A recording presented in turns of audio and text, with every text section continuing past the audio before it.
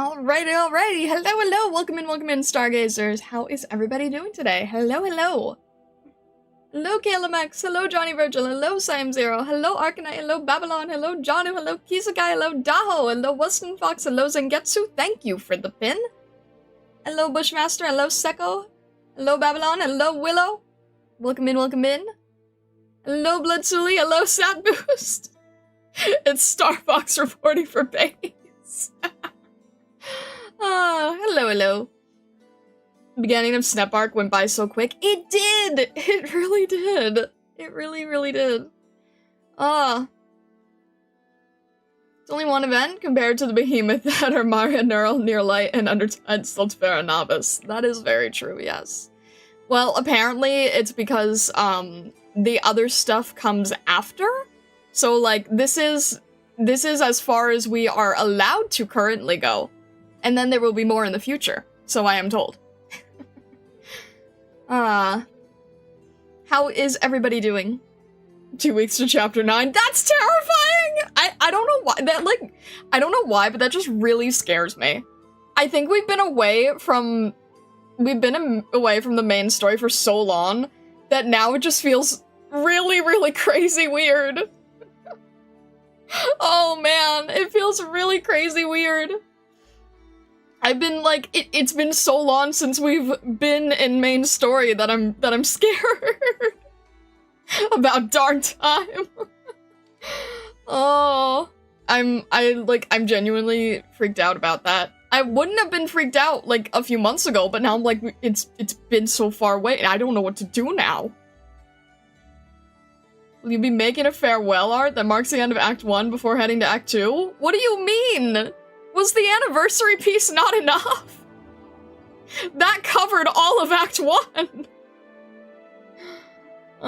It's okay, Stir, just some roadblocks waiting for you. Yeah, well this time more operators are E2 at least, so...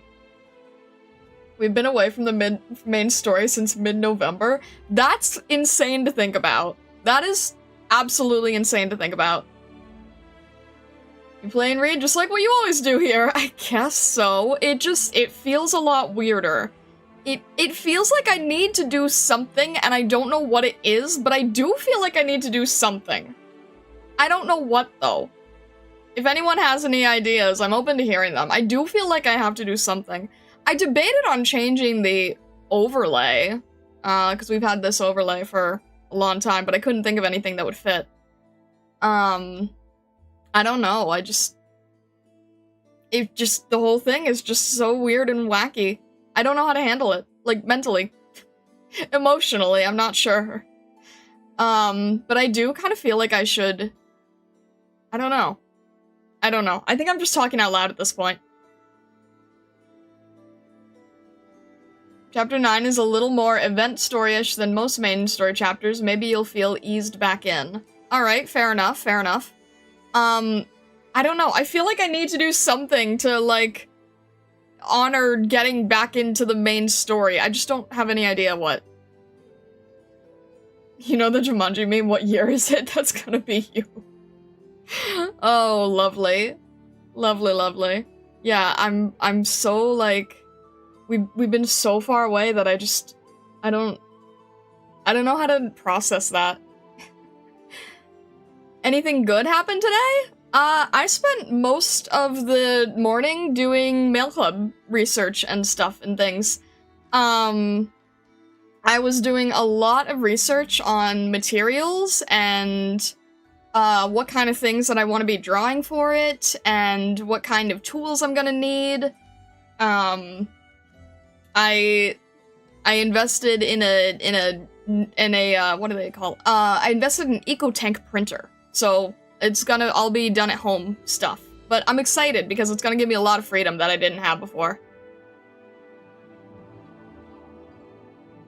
What you should do is put here are my guesses / expectations for Act 2. We can all giggle at how off or on the mark you are in the spoiler thread. Oh, lovely. First you'll need to process guide ahead anyway. True. Is it difficult to add stickers onto the robe? In what way? What kind of stickers would fit? I feel like they'd be very tiny and not show up very well. What are you thinking in terms of stickers? Maybe I should give the overlay a look over, though. I could still probably clean it up. Not so much the talking overlay, I can always handle that later, but like, I don't know. Way too many different things, floating in my head lately. I'm not really sure how to handle it all. Do we get to have one of those mini Q&A about what was your favorite event? Story, character, funny stuff, what should have been done or not, etc, etc. Huh? Do we get to have one of those mini Q&A about what was your favorite event, story, character? I don't know if I'm gonna be able to... I can try to think back to everything. You mean since November? You could do a video talking about your experience with the story so far and talk about what you expect for the coming story. I don't think I'm gonna be able to do a video. Alright, Psycho, have a good rest of your day. Thank you for stopping by to say hi. I don't think I'm gonna have to... I don't think I'm gonna have time to do a whole video. I am currently juggling. Let me see. Mail club. Stuff needed for next event. Future contest stuff that I know is gonna happen probably next month, if I had to guess. Anniversary stuff. Starfall stuff. July and August are going to be jam-packed. Like, really, really, really jam-packed. Stick a medal of each finished chapter somewhere. That's an idea. That would have been something to do in November, not now. I did make the whole 1-year anniversary thing. I wish that had gotten... I wish that had gotten more views for how long it took. But hey, no way to predict that kind of stuff. And so many operator birthdays. Haven't even gotten that far yet. Just say it on stream and cut it out for a YouTube vid. If I do that, you guys are gonna clip me like you did when I was, last stream with the drawing thing, where I just was not thinking straight at all. You're gonna clip me not having coherent sentences.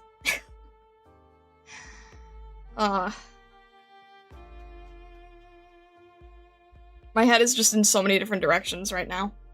But, I mean, they're all exciting directions, they're all good directions.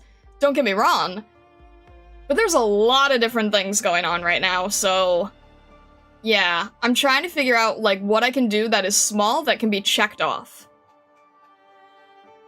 I like the anniversary vid, showed it to other people. Thank you, Bushmaster, I'm really, really glad to hear that. Thank you very much.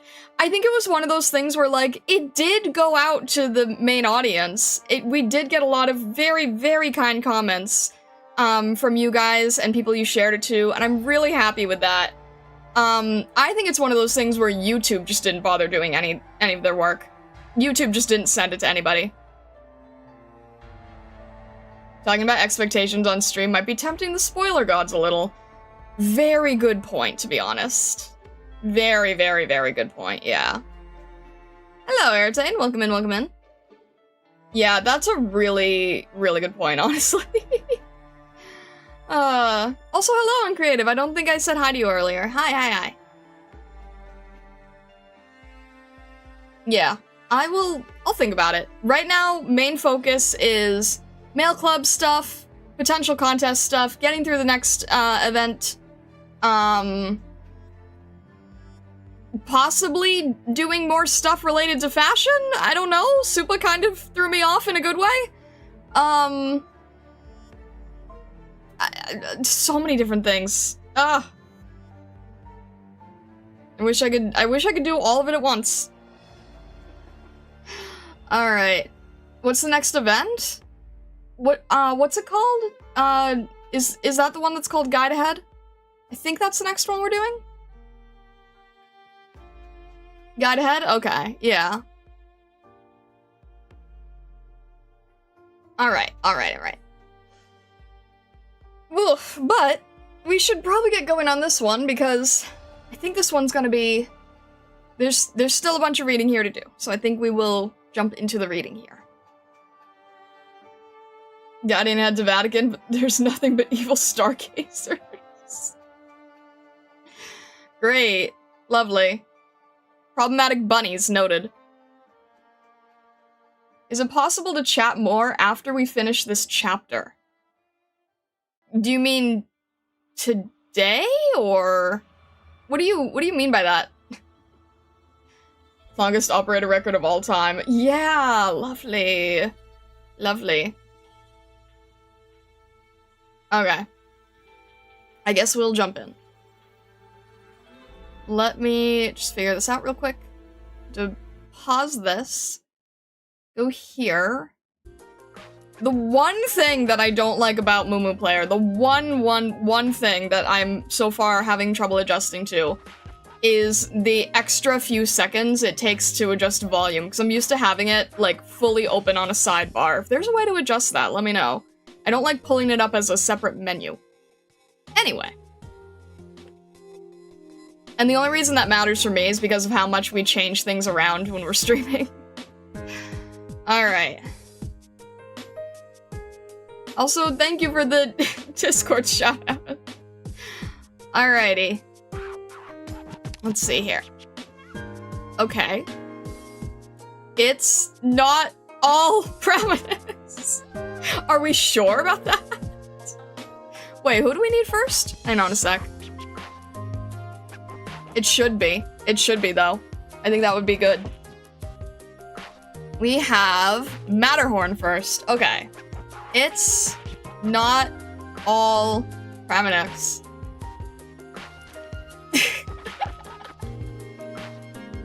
Amazing. Wait, I'm curious. What did you... I love it. I love that. That's amazing. Alright. We need more Premonitions. We've got as much Premonitions as we can fit. Also on the overlay here with our plush. Why does Silver Ash have the plush and not Premonitions? That makes no sense to me. Alright. Alrighty. We start with Matterhorn. Alright then. That is intense. Huh. Okay. One day. Matterhorn has stewed this bowl of soup the whole day. Oh?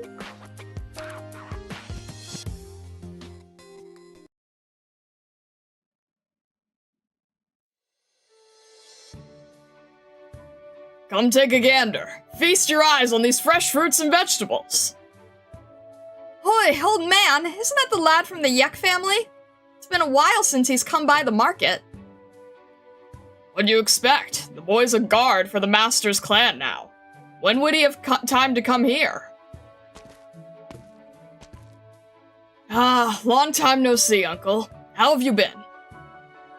Oh my, it really is you, Matterhorn. So what brings you around these parts today? I've had some spare time lately, so I thought it would be nice to cook dinner for the master. Good, good. Don't let your cooking skills go to waste. Come here. Go ahead and take this strip of steak. I remember the master enjoyed them when he was young, and you'd always take a whole bag with you. Thank you for your kindness, but let's get 5 pounds of tenderloin first. Oh, and the youngest was just a little girl at the time. Whenever you'd go shopping, she'd follow right behind you, tugging at the hem of your clothes. Encia was indeed quite small back then, also extremely curious, and she refused to stay indoors. She would make me bring her along. Here, the tenderloin's good to go. The master's tastes have changed, eh? Didn't he used to prefer short ribs? Yes, the master grew up. Matterhorn, about the older sister. Oh, no, I mean, excuse this addled old geezer. How has the Saintess been? All of us miss her a lot. The Saintess has been in good health. Everything is well. Yergander watches over her, so of course it is. You worry too much, old man. Virgil. After all, the reason we can continue our humble little lives here is because the Saintess managed to stabilize the situation at a critical time. She's as bright as the snow itself. If she was able to deal with that crisis so calmly, lesser problems would surely pose no issue to her. Good. Now all that's left is for her to be reunited with her siblings and old friends. And then we'll all live happily ever after! If only that were the case. How much you've all grown in the blink of an eye. Time sure flies these days. Hardly. They've all grown up, but we've grown old. The young don't appreciate what they have. Don't say that. You shine just as brightly now as ever before. Spare me the flattery. What's with that frown on your face? Something on your mind? Auntie, after some thought, I think I'd like some short ribs after all. Alright, I'll have it right up. Here you go. Is this enough? That'll be fine, thank you. This is enough money, yes? I'll put it on the table here. You young folks sure can add things up fast. Alright, you two. I need to start dinner preparations soon, so I'll be heading back now. Good. Don't let us old folks keep you any longer. Come visit us when you have the time.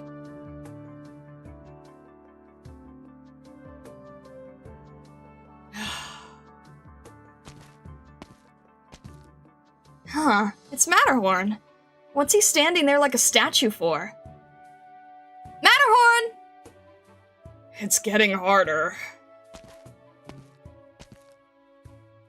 Matterhorn, what are you muttering about in the middle of the hallway with a plate in your hand? Oh, Lady Encia! Didn't you say you were going to go out to eat dinner with Aurora? You haven't left yet? It's not anytime soon, so there's no rush. Whoa, what a feast! Do we have guests over tonight? Not quite. The master finally has time to come home for dinner, and I wasn't doing anything else, so I decided to go ahead and prepare a few dishes for him. That's a lot more than a few dishes. Let's see. Whoa, you even made my favorite braised pork! I don't even want to eat out anymore. Maybe staying home and having dinner with my brother wouldn't be so bad. Then you're more than welcome to stay, Lady Encia. What else would you like? I can always make a couple more dishes. Oh no, I'm good. You're already going overboard. This is more than enough. Alright then. It'll be a few more minutes, so don't wait for me. I still have some stew on the stove, so I'll bring that over later. Okay, I'll go wash my hands then. Sure. If Encia is here, then... For now, how am I going to speak with the master?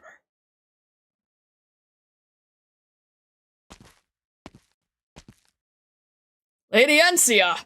I brought the stew! First! Oh. Good evening, Matterhorn. Weiss, why are you here? Is the master not back yet?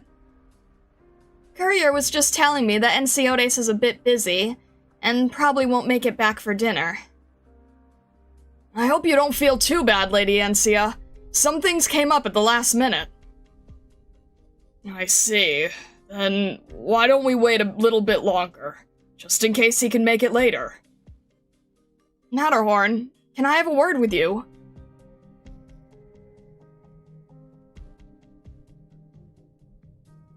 Is this something you can't say in front of Lady Encia? I was thinking, it's probably best not to wait for him.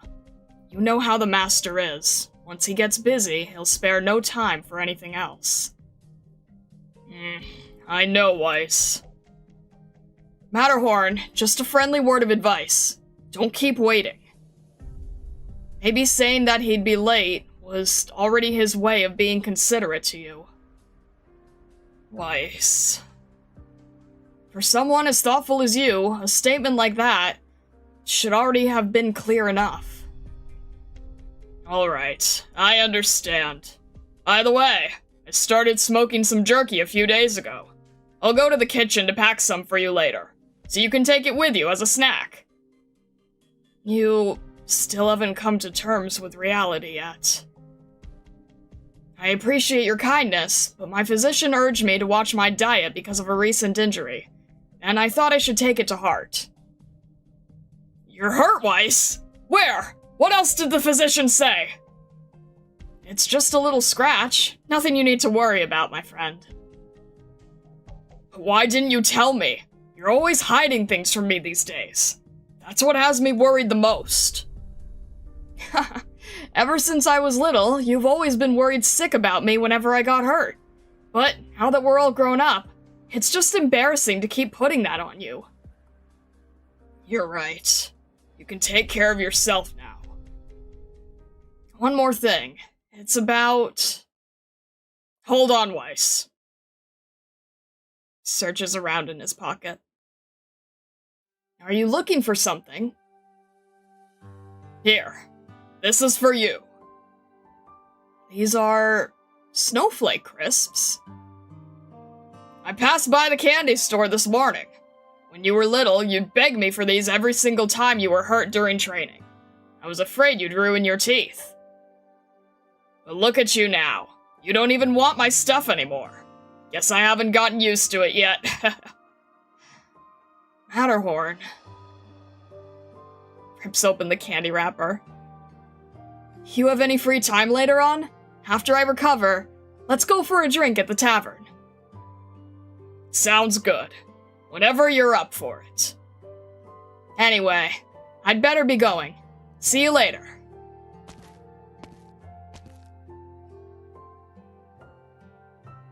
Uncle Matterhorn, what did Courier say to you? Will my brother make it back tonight? Go ahead and eat first, Lady Ansia. The master may not be back until quite late. I see. Figures. Then you should join me at the table too. Food doesn't taste as good when you're eating alone. Alright, Lady Ansia. Let's have a bit of the stew first. The broth should be nice and rich from the bones. Whoa, what a rich taste! Your cooking skills are truly amazing. You're welcome to try these charbroiled short ribs next. Whoa, these are delicious! There's no need to rush, Lady Ansia. Please be careful not to choke. Huh? You should totally dig in too. Very well. Lady Ansia seems to have a great appetite today.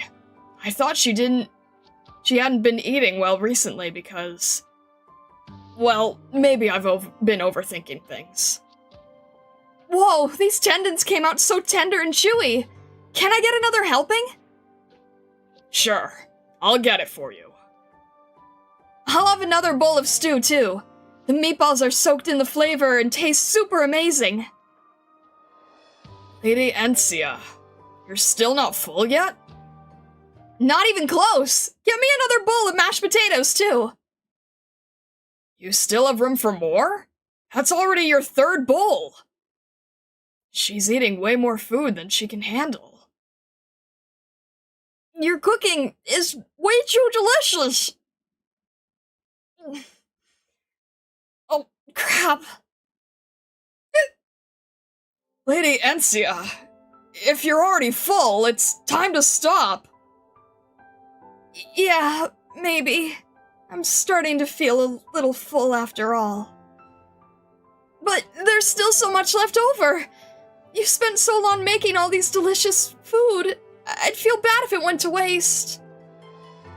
And I'd feel bad if your stomach exploded from overeating. Uncle Matterhorn. As long as you enjoy your meals with a smile on your face, that's enough for me. But if my brother was here, then we'd be able to finish. Are you frustrated that he can't make it? Well, yeah. We haven't sat down for a face-to-face dinner in forever. He always leaves in a rush in the morning and doesn't come home until late at night. I barely even get to see him.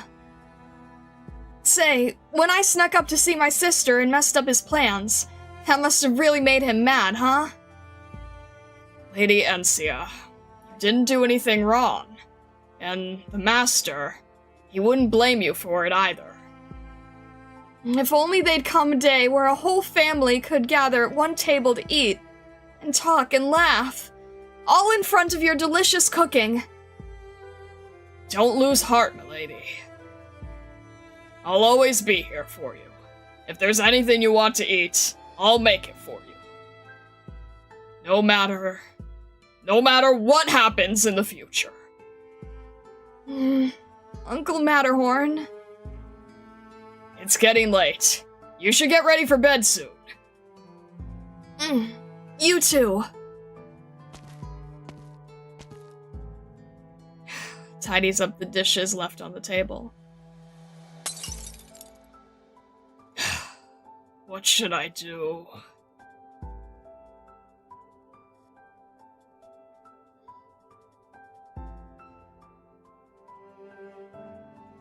Master, you've returned. Matterhorn, were you waiting for me this whole time? I thought I'd sent courier to convey that I wouldn't be able to make it back for dinner. I kept worrying that you'd be too busy to eat, and what if you were hungry when you came back? So I decided to wait a bit longer. Very well then. What do you have to eat? Whatever you'd like, sir. I'll make it for you right now. No need. Just heat something up, and that'll suffice. Surely, that won't do. I only have leftovers. Did Encia not go out to eat today? When she heard that you'd be returning tonight, she decided to stay home. I see. I'll try to get back a bit earlier tomorrow. Understood. As for tonight... It's fine. I don't mind if it's just Encia's leftovers.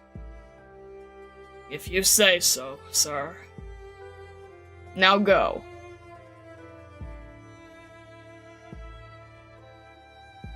Sir, this is all that's left over from tonight's dinner. What a feast. You must have worked hard to make all this, Matterhorn. It is my job as your retainer. What happened to your hand? I cut it earlier, when I accidentally broke a plate. Go apply some medicine to it. It'll heal sooner that way. I'll be sure to do that, sir. Are these charbroiled short ribs? I haven't had this dish in a long time. Would you like some? I made them just like you used to love when you were younger. Nothing's changed at all. As soon as those words left his lips, Matterhorn felt Silverash's eyes sweep across him back and forth. He suddenly panics, as if Silverash's torch-like gaze had penetrated through to what he had hidden within himself. That's all right. I'll just have a bowl of stew. Right away, sir. Takes a sip. Very delicious. Your cooking is as spectacular as ever. As long as it suits your taste, sir. You even prepared some braised beast meat, which has always been one of Encia's favorites. No wonder there isn't much left. Lady Encia waited for you a long time this afternoon. She has been very uneasy, wondering if you blamed her for what happened back then. You've always paid particular attention to Encia, but that's only natural, as she is the youngest of us. Sir, We can talk after I eat. Inside the dining room, Silverash falls silent. Only the soft sounds of chewing echo through the room. Matterhorn feels his throat twitch several times, but cannot produce even a single word. Finally, Silverash sets down his cutlery and dabs the corner of his mouth with a napkin. Though his heart races, Matterhorn still lifts his head to look into Silver Ash's eyes. How long have you been cooking this stew? About a day. A whole day. Only you have the patience to wait that long. Sir, you exaggerate. These things cannot be rushed. Do so, and you will spoil its flavor. What if you left it unattended over the flames and it boiled over? If you simmer it carefully, it will not boil over. True, but care alone is not enough to make the stew. When the time is right, you also have to snuff out the fire. That is indeed true, sir. In other words, Matterhorn. Sir? Have you thought it over? Sir, indeed I have. Then, from now on, you no longer have to follow my orders. Do you want me to watch over Lady Encia full-time? Indeed, she needs your protection right now more than I do. I am always ready to serve you at a moment's notice, should you need me. No, that won't be necessary. Not only must you watch over her full-time, you must do so with your full devotion. I shall respect your wishes without hesitation, but I do not understand. Sir, when did you make this decision? When did we first meet, Matterhorn? When you were still a baby. It's been that long, huh? The Yek family has served the clan for generations, and this is my duty as protector of your house. Protector. Enya and Encia both see you as family, you know. Do you still insist on calling yourself that? I wouldn't dare overstep my bounds. There is nothing to fear. I am stating fact, not posing a question. All sorts of problems have been pressing down on us since my return from Victoria. I can see that you've endured your share of difficulties as well. I apologize for causing you worry, but your relationship with Enya and Encia... Say no more. I feel much more at ease with you protecting the two of them. Sir, your subordinate apologizes for being unable to help shoulder your burdens. Matterhorn, no matter what happens, you must protect my sisters. I will stand by their sides, even if it costs me my life. I'll hold you to that. But for now, leave me. I need to rest. Yes, sir.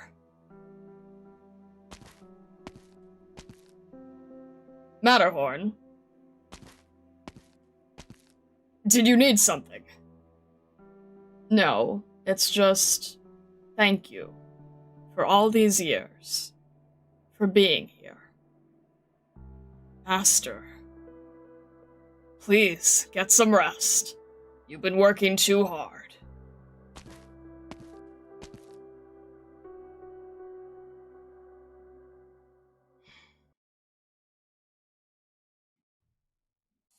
I see.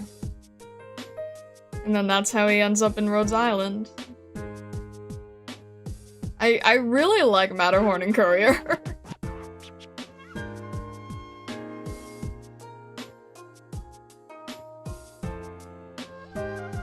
Alright then.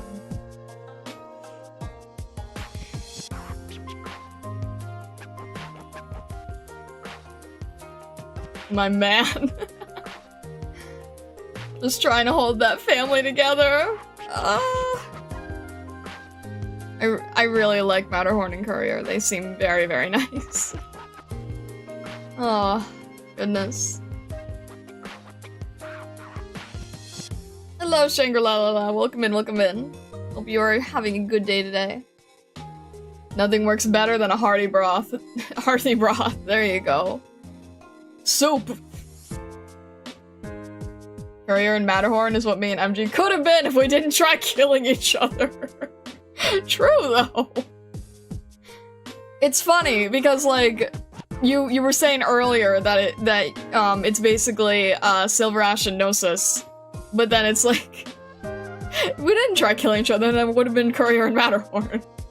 Either way, you are destined for the mountains, apparently. Your sisters wouldn't need so much protecting if you didn't keep bringing trouble home to them. Aww. Why are you shopping for family coherence at the soup store?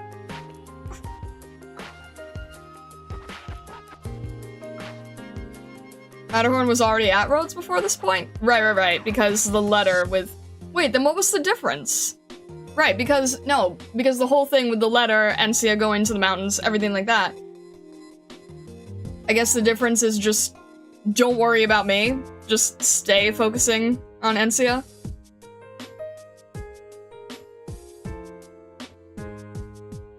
Fair enough, yeah. Sometimes it's tricky because the operator records are, like, sometimes in the past, sometimes in the future from, like, where we just were, so it can be a little tricky, but no, I understand what you're saying. I get what you mean. Alright.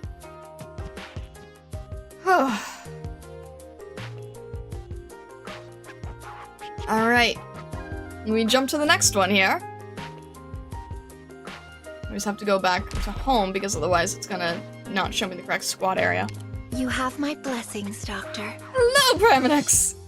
Alright, perfect timing. Elores, thank you very much for the raid! Thank you! Hello! Welcome in, raiders! Why did it not go- I don't know why it didn't go up- oh, because the thing is not- wait, hang on. Is this- there we go! Hello! Welcome in! How are you doing today? Hello! Welcome in, raiders! Perfect timing! I actually get to say hello to you guys this time.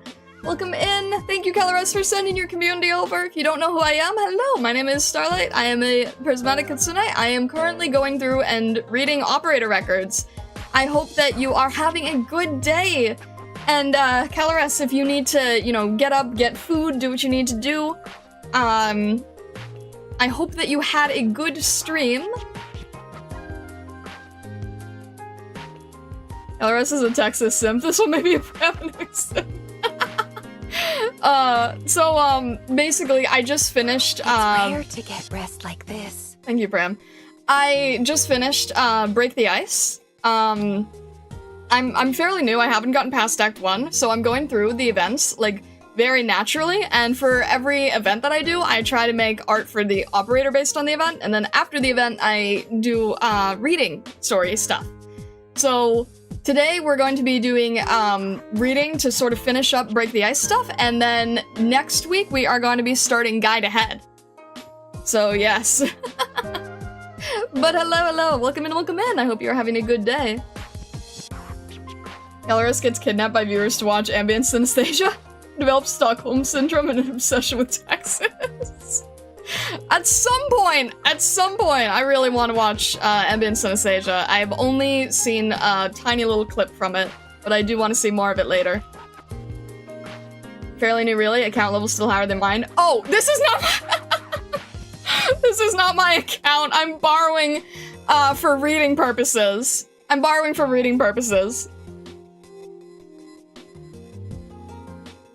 thought I was tripping. No, this is not my account. This is Janu's account. Because Janu has everybody leveled to the amount that you need for reading operator records. That is why. Sorry for the confusion. But yeah, ironically, Pram is the one operator that I would not have needed his account for. But yeah, anyway. Hello, welcome in.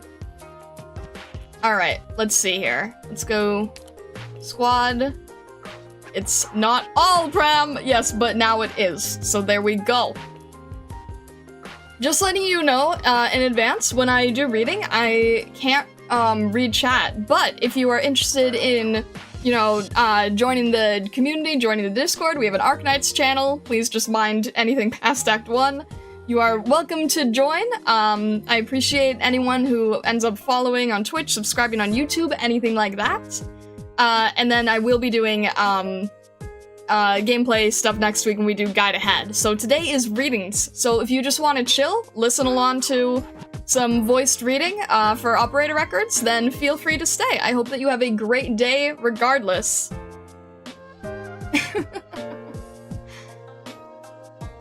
He likes the light. Sorry, our light. I still need to. I unlocked Suzerain's module. I still need to read her storyline to figure out where that comes from. All right. Should have said it's yours and then proceed to spend everything for pot 60. I'm not going to roll on others' accounts. I don't have that comfort level yet. Alrighty. Yes. Alright, I'm gonna turn the alerts off for this, but, an Arknights player reading all the storyline, what a rare gem. I do like trying to read through as much as I can. I really do love the lore of this, so. Alright, let's see. We're gonna turn off alerts, just so they don't, cut through when we're doing the reading things, and we get to learn more about Bram, which I'm excited for, so. Alright, can't look over there. Let's see here. Beyond the snowy mountain. Her first time leaving Yarag, but not her first time looking outwards. Alright.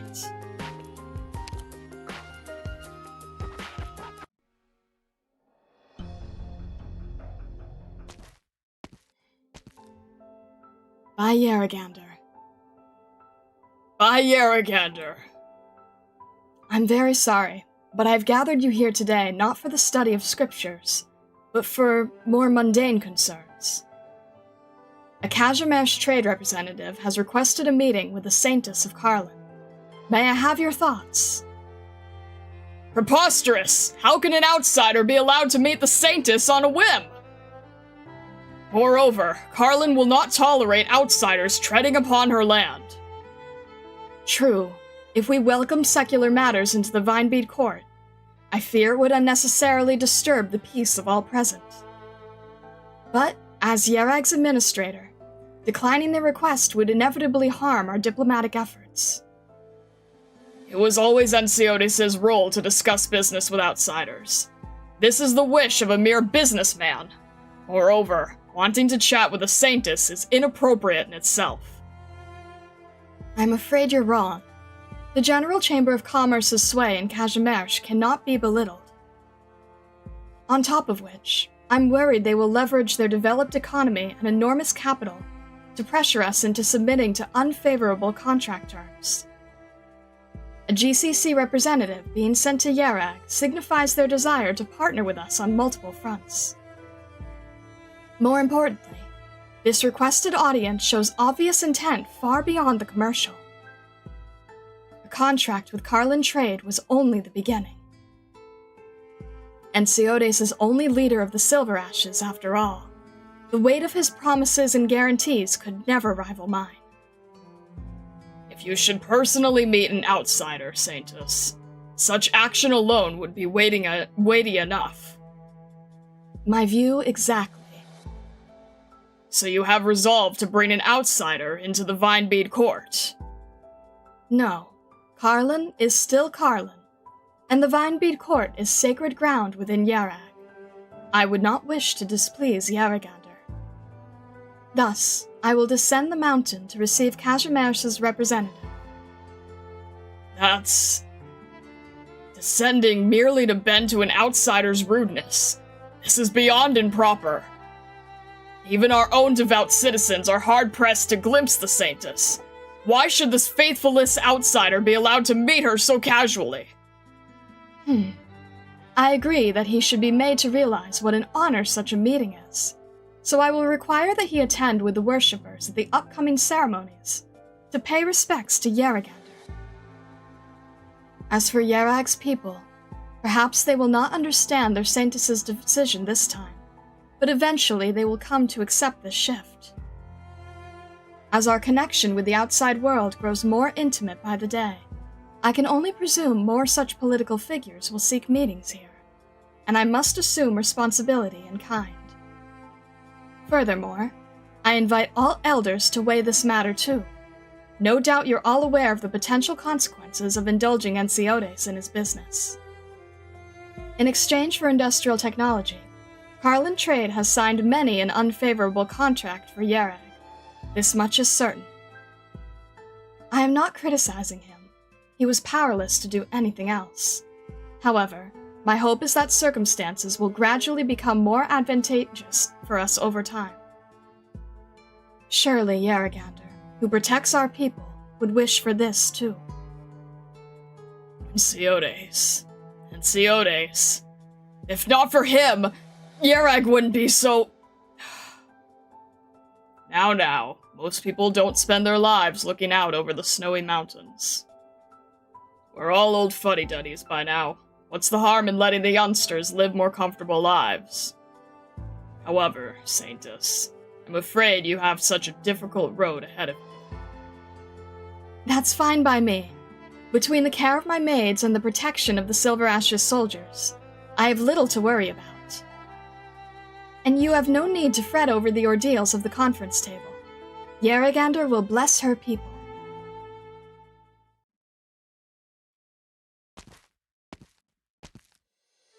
Ooh, this place is freezing.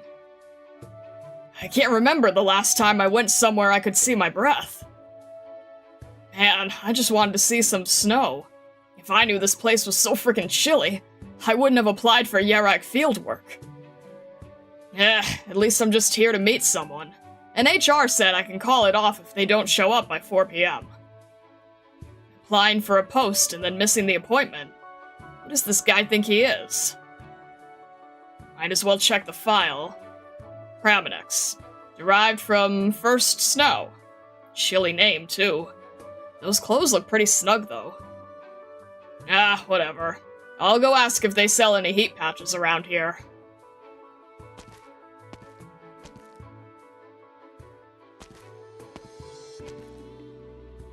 Hey, sir, you stock any heat patches? Yes, coming. Heat. What now? I didn't quite catch that. You must be a tourist from afar. You want some nice warm tea, I'm guessing? It's pretty cold here, no? Some tourists say they could freeze to death. Others say it's nothing special. I'll pour you some tea while you take a look around. Okay. Oof, this place sure does have everything. Never seen any of it before, either. Here, get some tea in for you now. In you for now. This is what keeps us going when we cross the snowfields here. Oh, sure. Thanks. So, where are you from? Rhodes Island? Rings a bell, but I can't put a face to the name, as it were. Tourists are always coming and going, you know. The person in that portrait strikes me as kind of familiar, though. Whoever knew the outside world was so gosh darn huge? I've a mind to see it myself, once I save up enough cash. Let me take that photo out again. First time in Yerag, or repeat visitor? We do sell souvenirs. Sorry, but can I ask a weird question? Do a lot of people in Yerag look like the one in this picture? What in the... This is our Saintess, you know! We'd be in trouble if there were any lookalikes running around. Times were, the Saintess only had a few portraits, each hung in front of a clan's home. Their subjects would go in person to pray to it. If I'm honest, no one ever knew whether the portraits looked anything like the Saintess. Commoners like us only get to see her once a year at most, at the ceremony. And that's from across a sea of people in the square, one glimpse a mile away. The chance to hear the Saintess's bell, to receive Yeragander's blessings, that was enough for us. But times change. Tourists started coming in, and Sir Ensiodes learned an awful lot of outsiders were curious about the Saintess. So he called on everyone to make all these portraits, embroideries, and statues. Of course, he'd make sure the portraits were accurate too. After all, he gets to meet the Saintess herself all the time. I mean, she's his own little sister, so of course he knows her well, yeah? I never knew. So, hypothetically speaking, what would happen if the Saintess left Yerag? Huh? How would she? She hardly ever even comes down from Carlin. And when she does, it's because something big's happened. Hey boy, you'd never believe me if I told you Yerag is blessed by Yeragander, would you? None of you tourists do. I'd say I'm closer to agnostic. Now listen here, my business is only around thanks to Yeragander's miracles, brought about by the Saintess. I had barely opened my shop last year when they started fighting. They being... the three clans, wouldn't you know it? Strife and turmoil. They didn't just fight either. The worst part was when they blew up the railroad. No railroad, no tourists, no fright. I put all the savings I'd scrapped together into this, and now my business was frozen over. What's a man to do? So, I prayed day after day, begging Yeragander to show me a way. And sure as sure, my prayers came true. The Saintess descended, Yeragander created a miracle, and nobody dared try anything else. Ah, by Yeragander. So, I'm just curious here. What's the Saintess like in person? Is she, easy to get along with? Listen to yourself! The Saintess is the recipient of Yeragander, so she'd have to be the forgiving sort. If I weren't so sure that Yeragander herself is a forgiving god, how would I find it in me to even answer such an offensive question? Yeah, sorry about that. Thanks, sir. I'll take one of your cloaks. Just a normal one, please. It doesn't need the Saintess embroidered on it. Normal, thanks.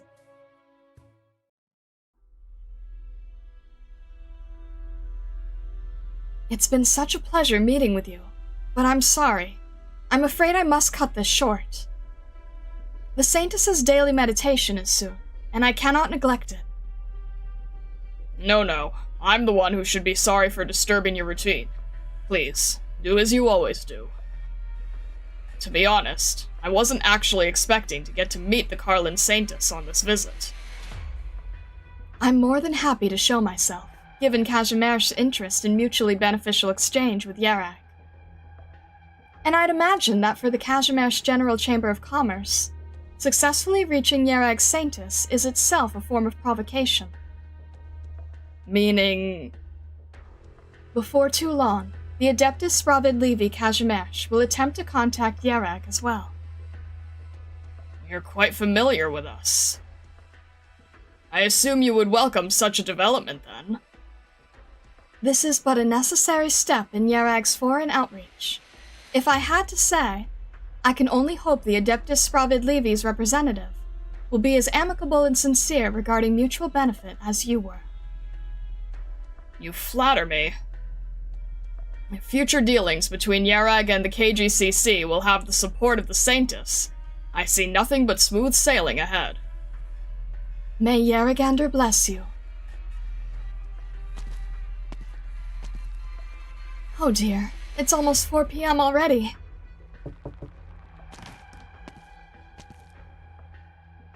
Thank you for making this journey, Saintess. An outsider was so bold as to seek audience with you, and not only did you forego criticism, you made an exception to meet him. You are truly generous. We at Carlin Trade are deeply ashamed that we could not settle the matter ourselves, forcing you to be personally involved. We will strive to ensure no such offense to Yeragander occurs ever again. Please, don't mind it. The Saintess is Yeragander's chosen envoy after all. It's only right for me to be present for diplomatic affairs. She is forgiving, and I descended the mountain in following her decree. Yes, may we be grateful for Yeragander's blessing. The procession of burden beasts is ready outside. Our Silver Ash soldiers will see you back to the Vinebead Court. That won't be necessary. I still have other arrangements, and I'd rather they not wait for me in the snow.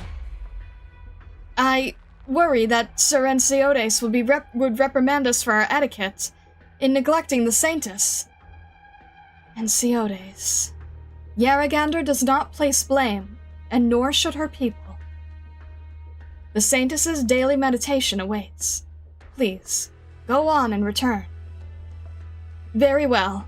My apologies. May Yaragander bless you. Phew, finally over. I need to hurry to where we agreed to meet. Enciodes is so annoying, choosing this moment to mess up my plans. If anyone else tries to stop me, forget the excuses, I'll just freeze them on the spot. In any case, nobody would ever guess where I'm going, not even him. They just want to keep me shut away in the Vinebead Court again.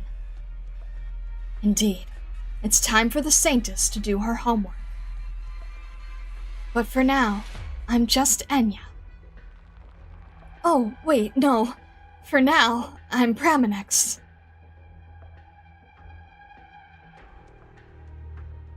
I have other matters I must attend to on this descent, beyond meeting the Cajamersh representative.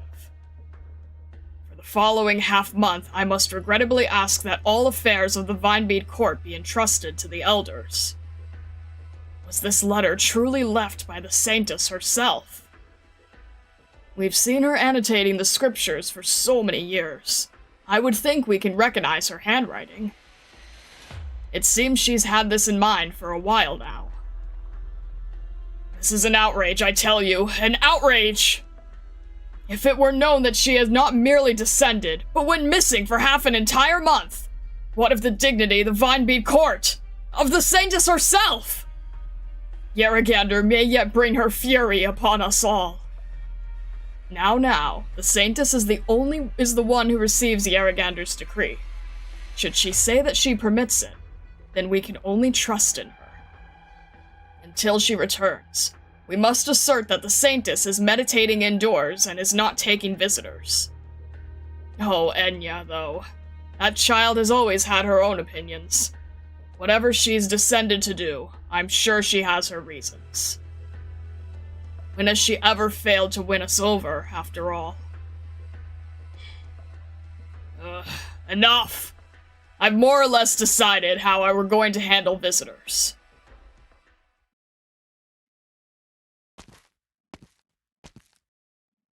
Head in and take the second alley from the restaurant selling stew. Should be here. It'll be 4 o'clock in 5 minutes. Still don't see anyone, huh? Let me just check the photo again. Not that I'd mistake the Carlin Saintess for anyone else, though. Man, I bet this alley's the kind you enter on foot and leave on a stretcher. Don't turn around. Ah! I surrender! I'm just a tourist! I've got no money on me! I'm estranged from my family! You won't get anything out of killing me! Shh. Quiet. Who are you? I just said I'm a tourist. Company? Rhodes Island, a pharmaceutical firm. Principally treating neuropathy. Probably not a great market presence here. You'd better not whip that knife out. If you stab the Saintess, the charges alone would crush you. Huge apologies, Saintess of Carlin! By Yaragander, I beg not to visit her wrath upon me! No harm, no foul. As agreed, I'm here to lend my aid to Rhodes Island. I see you even learned the words of praise we always use in Yarag. Phew, you scared the living daylights out of me. I just said whatever holy words came to mind. And now I'm even more scared that I nearly pulled a knife on you. No, but see, if even you recognize me as the Saintess, obviously anyone from Yarag would too, right? So, if this man is all wrapped up in black wasn't from Rhodes Island, but just some other weirdo, and they saw me, then... wouldn't there be rumors about the Saintess running around on her own? So, I had to approach from behind, and confirm your identity first. This is not what I expected from the Saintess everyone's always talking about. But I'm Pramenex. not the Saintess. It's normal that we're nothing alike, right? And just so you know, if you ever call me Saintess aboard Rhodes Island, I'll freeze your mouth shut. Okay. Well, it just hit 4. If you were any later, I might have already left. Oh, but I've got a whole pile of people that still want me here. Who knows what trouble awaits us on the way back. Right. I heard the Saintess doesn't get to descend whenever she wants. But if an ambassador comes calling, what choice does she have? That's why, before Yar went to Rhodes Island, I asked her to make a quick detour to speak to a Kazimierz rep visiting Yarag. Through her, I made a little suggestion. And so, a few days later, news of his request to meet the Saintess was reported to the Vinebead court. You worked with him to get down the mountain. But not just for fun, of course. Without this opportunity, outsiders wouldn't even know Yarag had a Saintess, let alone that she was so willing to meet them. They'd think we were only Carl in trade. If Enciotes had his way, then that just might. Wait, I thought Enciotes was your... Come to think of it, I never left Yarag before. Oops, guess that's a touchy subject. Yeah, I'd never left Victoria before I boarded Rhodes Island either. Good thing we've got chefs from all over Terra. You'll never go hungry, at least. But still, it's hard not to get homesick. Regional specialties just aren't the same as your family's home cooking. Have you ever been back then? Where'd that come from? I'm infected, so I wouldn't be welcome there anyway. Can't go home even if I wanted to. Oh, I'm sorry. I was just a little curious, since the most I met were people who came home from abroad. One spent years outside of Yarag, and by the time he came back, I didn't recognize him one bit. There's the kicker. I'm guessing he was young and then got all grown up in the blink of an eye, right? Exactly. But he didn't just get taller, his shoulders got broader too, and his way of thinking was completely different. Hardly anyone used to leave Yarag, so I always wondered what it was like out there. Just what it was he saw, you know? And if every person who left would be changed just as much. Let's get a move on. I'm dying to get to Rhodes Island and see Yar again. Sure, let's go. Oh yeah, when someone told me you were the Saintess, I picked up this cloak for you. Put up the hood and it'll cover your face. That'll keep anyone from noticing you at a glance. Wow, you're very thoughtful. Could you hold my book for a moment? I'll put it on now. Sure. A brief history of the Battle of the Four Emperors. Oh, the doctor lent me that book. My room is still piled up with what the doctor gave me for light reading. I'm planning to return this once I'm done, and we can talk about the rest another time. Speaking of which, I suppose I've never actually met the doctor. I hope they won't make me do any work. This is supposed to be a vacation after all. Operators are supposed to work at Rhodes Island, though. Whatever. Here's to a pleasant holiday for you.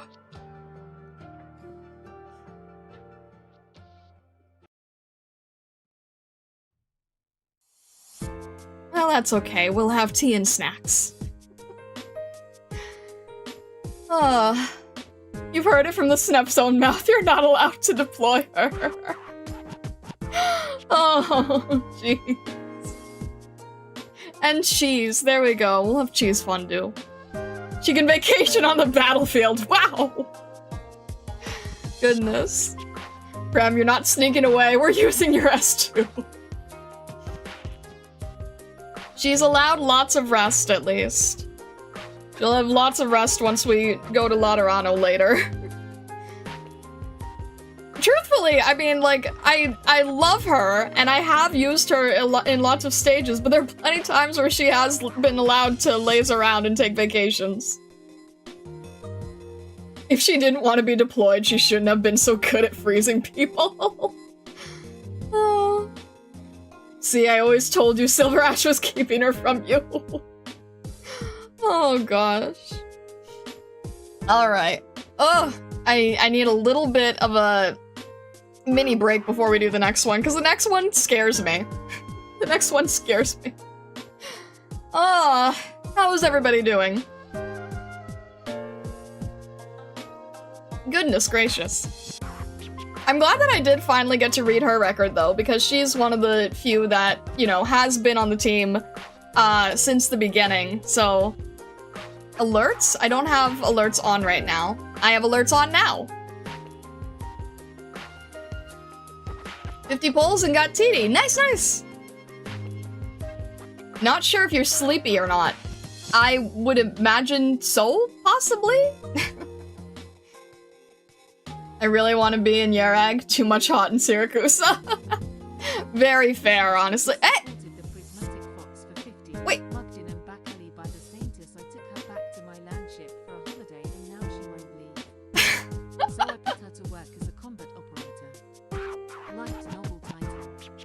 Oh my god! Bushmaster, thank you very, very much. Thank you, thank you. And Zengetsu, thank you very much for joining the membership too. Thank you both. Jeez. Thank you both very much for the support. Thank you, thank you. Now as yellow as a cheese. There you go. Bushmaster, thank you so much for the Ko-fi. I really, really, really appreciate it. Thank you. Thank you. Oh, we love Pram so much. I still have to finish her keychain. I have not forgotten the keychain. Please believe me, I have not forgotten her keychain. I've just been, like, so wrapped up in doing other things, but I do want to be able to make her keychain. The nice thing is that, I have found a way that we can potentially make that physical and shippable anywhere. There are some websites that do print on demand for keychains, and I'm just like, oh, this might work. We might be able to use this. I just have to finish it up. But I'm also trying to figure out the mail club stuff, the contest stuff, all the different stuff. But thank you very much, Zengetsu and Bushmaster. I appreciate it. It's on the to-do list. We don't talk about the to-do list. I still haven't forgotten the Draco birthday sketches. I still have those sketched out. At some point, I'm gonna have to, like, go back into the queue and be like, this needs to get finished, this needs to get finished, this needs to get finished. On the bright side, I feel like that since doing some of those pieces, my skills have improved a lot, so I think I can make the finish look a lot better. For those who are new here and are confused about what I'm saying, hi! I am also an illustrator, aside from just an Arknights doctor. I love to draw operators. I do operator artwork, at least once a week on stream, and I have a lot of work in the pipeline for operator fan art and such. So if you are new here, hello, hello. Welcome in. You could complete them on their birthday when it comes around again. I could. That is very true. Devious Snep Saint mugging people just to get a break. Oh man, I'm sure someone has drawn that, right? That's the other thing. Animatics, shorts with outfit reviews. There's just way too much to do. Oh gosh. Only 5 months left? Might actually be fitting. Might actually be worthwhile to do so. And yes, we do have a Discord. Thank you very much, Eritane. Thank you. We do have a Discord. There is an Arknights channel in the Discord. Please consider joining the Discord if you are interested in art and Arknights, and a little bit of my own world building soon, coming soon, hint hint. But we do have an Arknights channel. There are spoiler threads, so anything past Act 1, there's a thread for that. Anything in Global, there's a thread for that. We also do have an Enfield channel that I forget exists because I hid it on my end. But we would love to have you in the Discord. It is a very crazy, active Discord. We would love to welcome you. But yes. Thank you, MG, for pointing it out on Twitch. Thank you. I love to spam Discord. You mean soon, TM? I do literally... Okay, so I was saying this earlier. I was saying this at the beginning of the stream. I invested in a good printer. I invested in an EcoTank printer because my previous printer was a printer I used in art school, and it was drinking ink like it was drinking ink like it was water. So I invested in an EcoTank, which means I can print constantly, anytime I want, thousands and thousands of pages, not have to worry. That investment in the EcoTank is pushing me to make sure that I get the mail club stuff done. It's like, okay, this is serious now. You can't back out now. You've now invested so much. You know, your community has invested so much. We are going to do this. I am currently, like, planning out each month, and then I just have to get to the point where I'm getting the art done. So that is a thing that we'll be doing. Printer, it costs a fortune. It does. It absolutely does. Oh, alright. The one, like, not appropriate thing I'll say on stream. The printer ink costs more than drugs. The printer ink is, like, disturbingly expensive. It's a very common joke that people say that. It's insane. Printer ink might as well be made of gold. Yeah, liquid gold. Everything costs a fortune today. It's not just that everything costs a fortune, it's specifically printer ink. It's not even a joke, it's the whole scheme. They could give away the printer for free. They know they make the money on the ink. They literally have given away printers for free with the purchase of ink. Ink literally costs more than blood, costs more than drugs, costs more than, like, everything.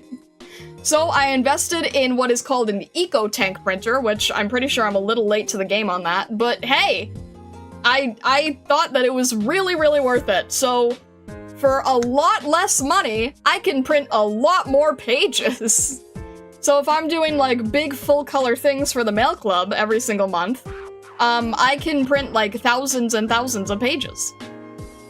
Color laser is a bit better cost per page, but barrier to entry is higher.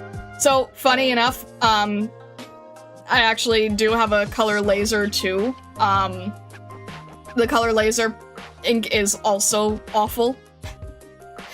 I mean, yeah, you get more page mileage, but it's still awful. So I've had, like, the fancy art printer with the essentially liquid gold. Then I've had the laser printer, which is not good for anything that you're actually trying to make artwork based. It's really just for, like, document stuff. And now we have the EcoTank. And the EcoTank is going to replace the liquid gold art printer, and it's going to be, like, much, much, much, much, much better to doing mail club. The 6/8 color inkjet ones, yeah, it's 6 color. How does EcoTank work? So instead of getting a tiny little cartridge with literally, like, a drop of nothing in it, you get a whole bottle. And the whole bottle is much cheaper. And to replace every color is, like, I think it's like $100 to replace the entire set with EcoTank ink, except that $100 replacement will last you, like, 2 years, as opposed to 2 months. So it's much better. By a major fraction. The solution! Print with blood! Jeez, MG! 1 cartridge of ink costs $80. Yeah, so imagine that, but, like, you need, like, 6 or 8 different colors, so we're talking, like, you know, an absurd amount of money, like at least $400 or something crazy to replace everything. So now we just, you know, buy the more expensive printer and then, like, just never worry about ink. PJ clipped that? I was reading what MG said on Twitch! I didn't say that! That was MG, that wasn't me! You just don't know it because MG's on the Twitch side right now! Do not come after me with that! Not that, don't worry about it? Great, I don't want to know. Sorry, start with the Google Docs is already in the work. What did I say? I don't want to know. I don't want to know.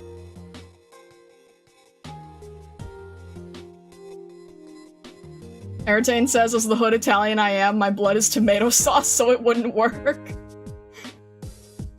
What did I say? Oh.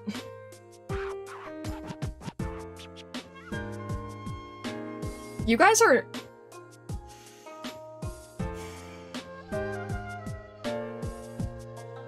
Really? Is that what it was? Is that it? Really?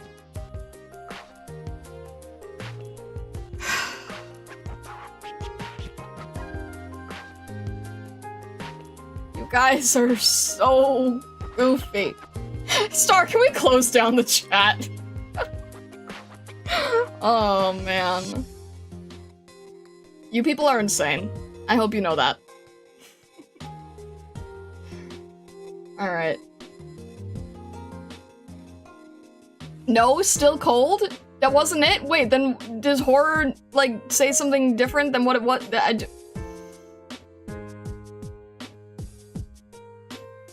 prefer childish. I don't know what happened. I don't want to know what happened. I think maybe we should move on.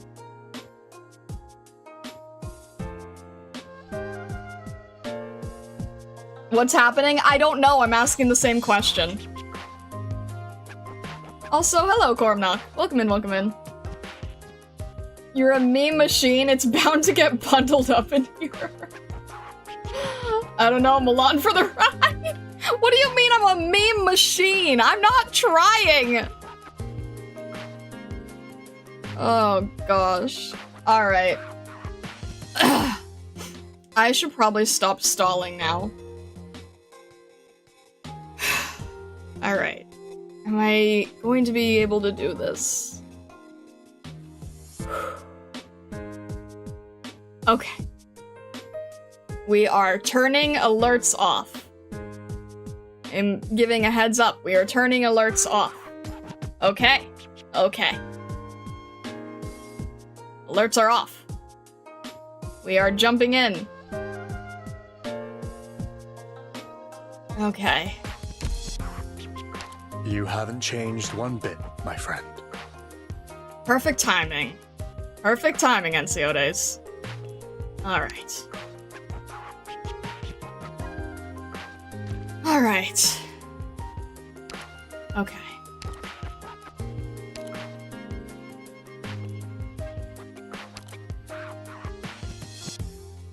Make sure it's the right one? Okay.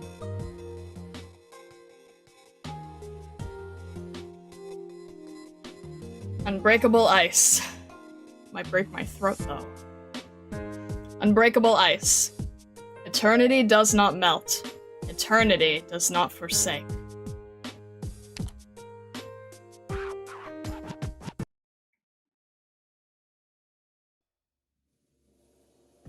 Doctor, no doubt you already know that the Silver Ash clan's exploration of the outside world began with my ancestors, namely, my grandfather. As recounted in Yarag folklore, he once went on an expedition with an adventurer, eventually returning with a wealth of silver and gold. While he did in fact spend over 10 years away with an adventurer, in truth he returned with nothing of value. Only a few bits of literature, some tools that were considered advanced at the time, and blueprints. These trinkets would go on to greatly influence my father, Olafur, who became the first person in all of Yarag to study abroad. He met my mother, Elizabeth, while studying in Victoria, where he also made connections among the nobility. It was then that Viscount Walden became friends with my father, Viscount. When I stayed in the same city on my own trip abroad, I received some assistance from the Viscount. I also met his children, Carle and Kate. Carle was my age, and full of pride. While he saw me as a rival in all things, he was far from a bad person. However, I had the misfortune to learn that he was attacked and killed by infected some time after we parted. After his death, Viscount Walden became more and more hateful towards the infected, drafting a number of restrictions targeting them. Yet you passed his request on to us. Rest assured, Doctor, I shall personally ensure that Rhodes Island's reputation is upheld. Now, there's no need to be nervous. I've only received reports of your recent activities. I don't know what your plans actually are. But I surmise that connections with a powerful Viscount can only work in your favor. Regardless, Kate is the subject of our concern this time. She was kidnapped by infected. This is partly why the Viscount agreed to let me pass this on to you, despite his disgust towards the infected. You see, he worries that his own actions may have provoked this, and as such he is willing to employ any means necessary.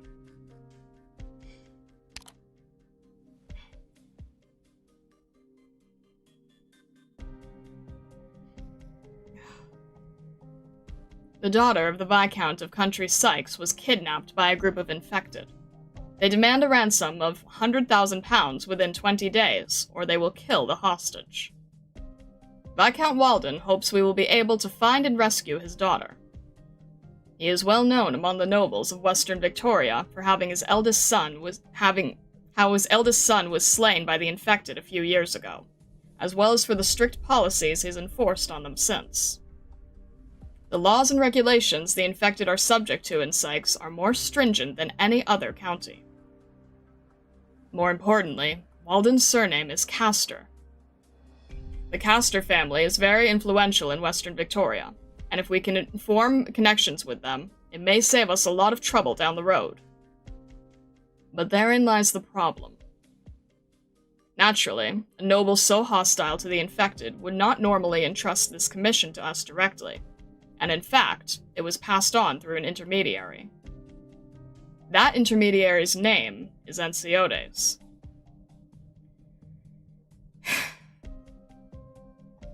Don't look at me.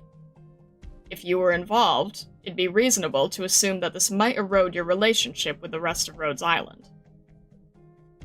I doubt he'd be so reckless. Rhodes Island has been making moves across the nomadic cities of Western Victoria to find places we can stop over at. Considering his renown among Victoria's nobility from his time studying abroad, it's hardly surprising that he would have noticed our movements. If anything, though, he is the one with more to lose from this interaction, yet he is the one who reached out to us. As such, I am forced to understand this is a sign of his trust in you. I can't think of another explanation. Trust. Your Tauren Yerag earned his trust, did it not? Naturally, I do not intend to pry into your relationships. But I will simply remind you, as our cooperation with Carlin Trade is ongoing, we must be careful how we handle our relationship with Ensiodes. Admittedly, your trip to Yerag has brought about some unexpected benefits. But you should also understand that what we are about to do next is an exception, and I strongly recommend not getting tangled up with any Victoria-adjacent figures beyond a business capacity. It is extremely dangerous for both you and him.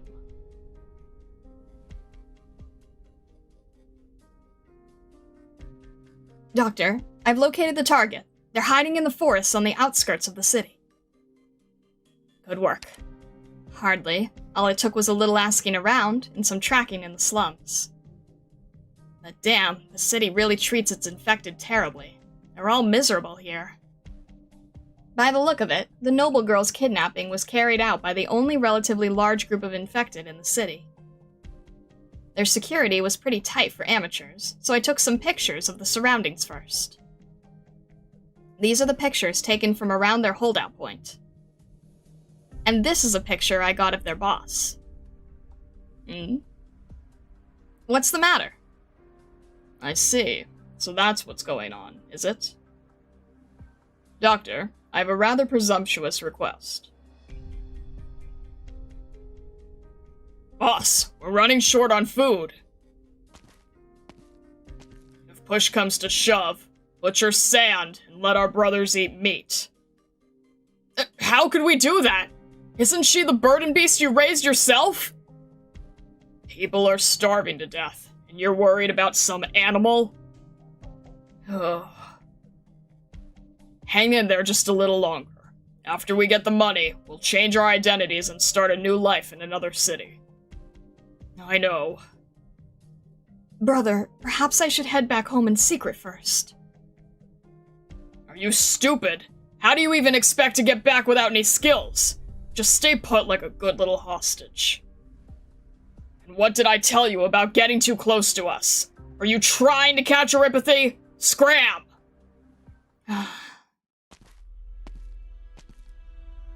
Who are you people? Easy now. I'm here to speak to your leader. Well, you're not welcome here. Get out now, or you're leaving in a body bag! Enciodes. You're not going to invite us in, Carly. Stand down. Let them through. But you can't beat them. Rest assured, I didn't bring any weapons or bodyguards. So what brings Enciodes, the illustrious president of Carlin Trade, to our humble abode? As I recall, the last I saw you was at that ball 8 years ago. How prideful you were back then, as the eldest son of Viscount Walden. Yet everyone's eyes were on you the moment you stepped out. Damn and blast. Listen up, Enciodes. I have no interest in waxing lyrical about my days as a noble. I've long since quit that game. The only thing I care about right now is how you found this place.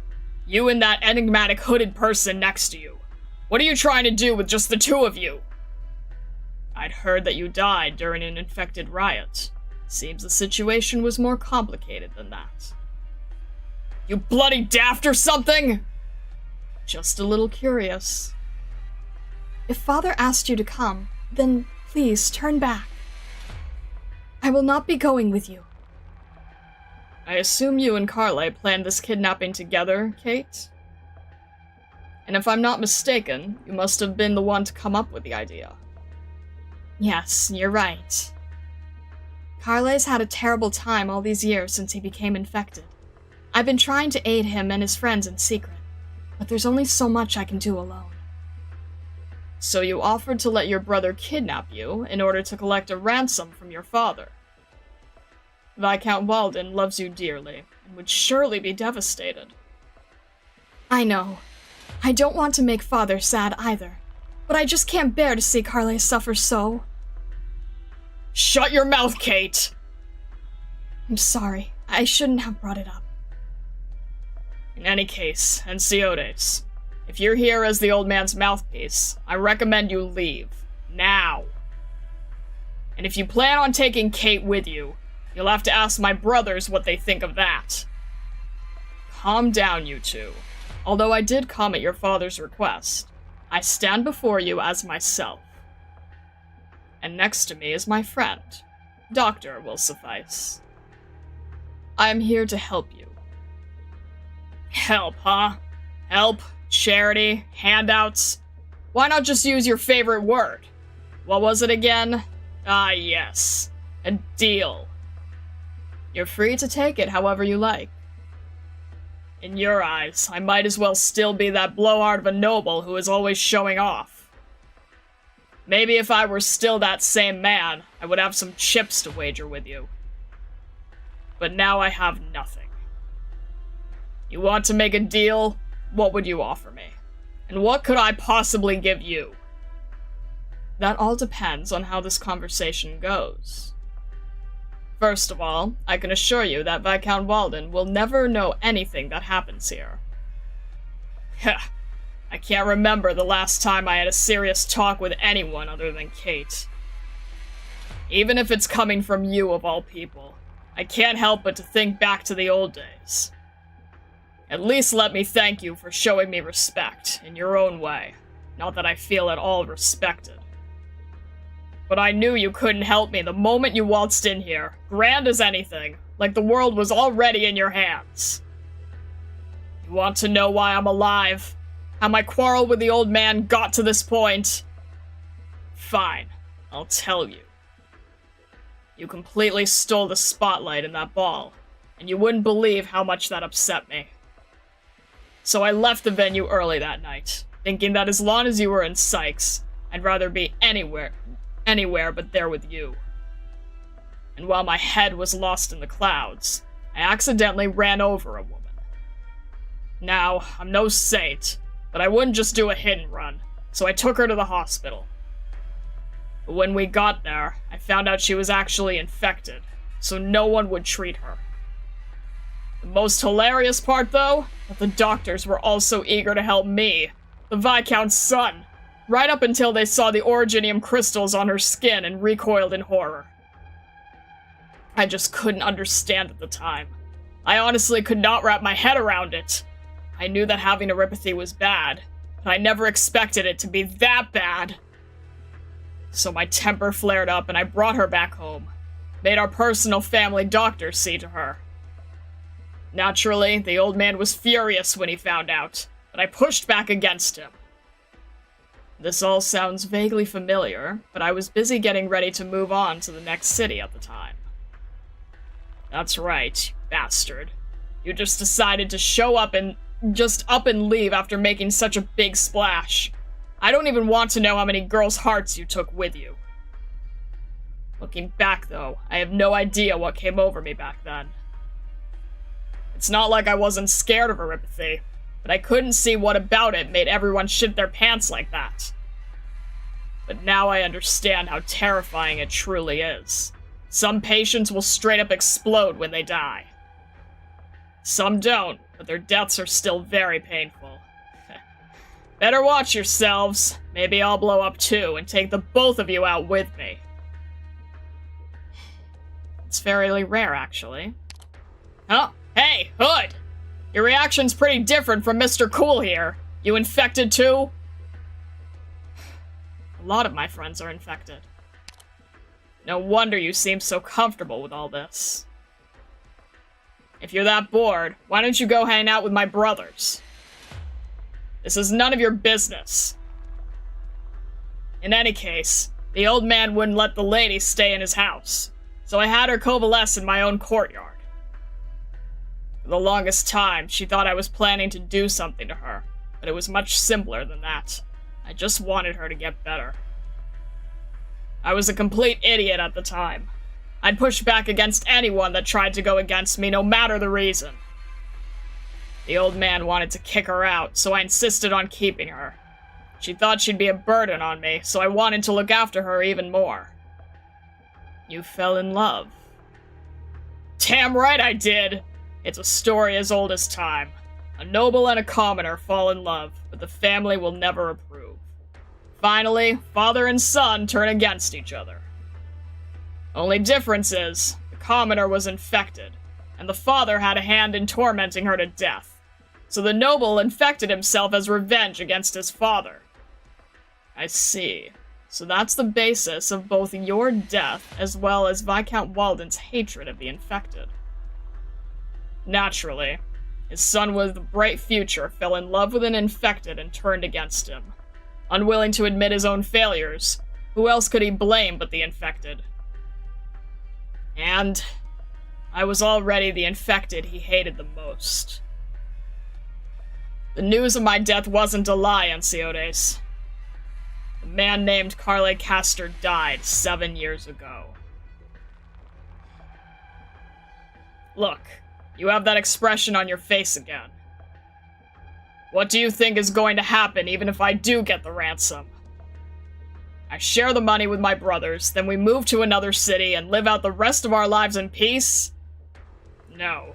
We'll still be turned away at every door, simply because we are infected. We'll still be looked down on. We'll still have stones thrown at us. We'll still be driven to suffer in the slums. Even if we wanted to work, nobody would take us in. The only thing left for us would be to find a cozy little alley to die in. Of course, the money wouldn't hurt. A few of us have already starved to death. But how much would that money actually be worth? After years of groveling, struggling to survive with my infected brothers, I finally understand. The infected cannot survive. I've heard of a group called Reunion that was uniting the infected, and of an organization called Rhodes Island trying to save our lives. Who knows when their help will ever reach us? It may not happen in my lifetime. But at the very least, they have the ability to help because they know how hard it is for us to even survive. But you know nothing. Carly. So, you might as well kill me right now. Bring Kate back to the old man, claim his reward. Or just turn back. You can even tell him everything if you want. What difference does it make? Point is, there's nothing you can do for me. It seems I've made something of a fool of myself. Let's go, Doctor.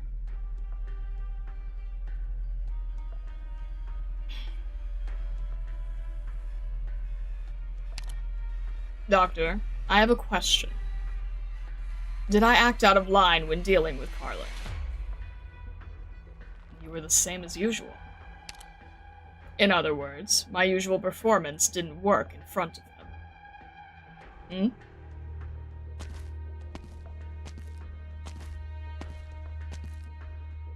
That's Carly?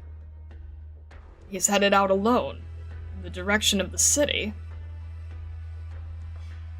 Follow him.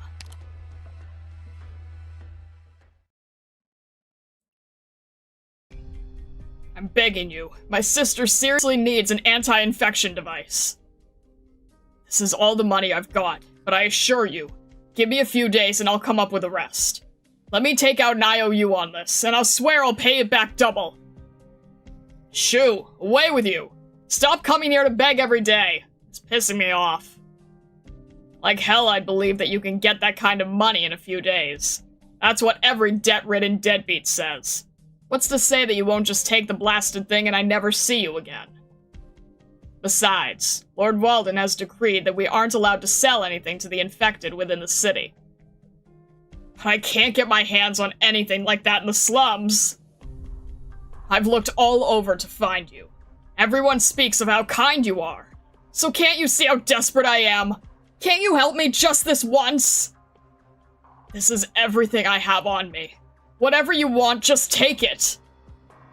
Or maybe I can earn my keep. I swear, I won't let anyone find out that I'm infected. Please, I'm begging you. Just this once. Fine, enough of that. How could you possibly have anything of value on you? Come in. Keep wailing like that and you might even attract the guards. Thank you so much! Get off your knees already. You're going to dirty up my floor. We'll need a spare protective suit. Roger that. Surprised? Somewhat. No, I'll admit it. I'm surprised. Now I better understand why he said I can't do anything for him. And Kate, how long do you plan on following us? I'm sorry. Did you know of this? Yes, I knew. But there's nothing I can do. If I went up there right now, Carly would just tell me to leave. I know this is shameful, Enciodes, but I want you to help my brother. He's already refused my help. If he were only after the ransom, I wouldn't have risked myself to come here. So, I don't want you to misunderstand him. But you've always been ever so reliable, and there's no one else I can turn to, so please! I'll do what I can. As you said, I was, in fact, the one to bring up the kidnapping plan. And ever since my kidnapping, I've been living with my brother and the other infected. While I dare not say that I completely understand their plight, I have at least some idea of what they're going through. Back then, he plunged a chunk of originium into his arm, right in front of me and our parents before rushing out of the house. It took 2 years to find him again in the slums, completely by chance. His impetuous temper from before had turned violent, as you've seen. But to me, the biggest change in him was that, even though he's alive, he doesn't seem to be living. Sorry, I'm not sure how exactly to describe it. He's gotten himself battered and bruised so many times for the sake of his friends, but he doesn't seem to care. And as you saw just now, he'll grovel and denigrate himself without a second thought, as long as it's for the sake of others. The only person he doesn't care about is himself. It's the same with the kidnapping, really. He's never cared about the ransom. Yes. Kate? Oh no, Carly! And Siotes too, and even Hood. You saw everything! Did you bring them here, Kate? No, I swear. We followed you.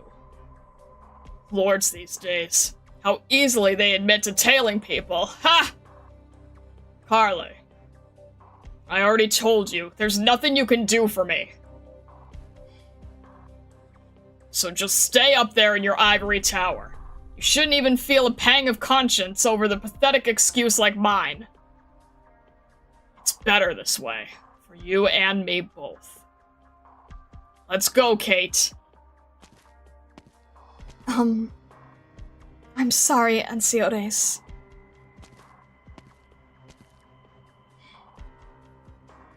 Doctor, I brought what you asked for. Thanks. So, what do you think? Oh, were you asking me? That's right, you. Well, I've been basically watching over you in secret this whole time, so I more or less saw the whole thing.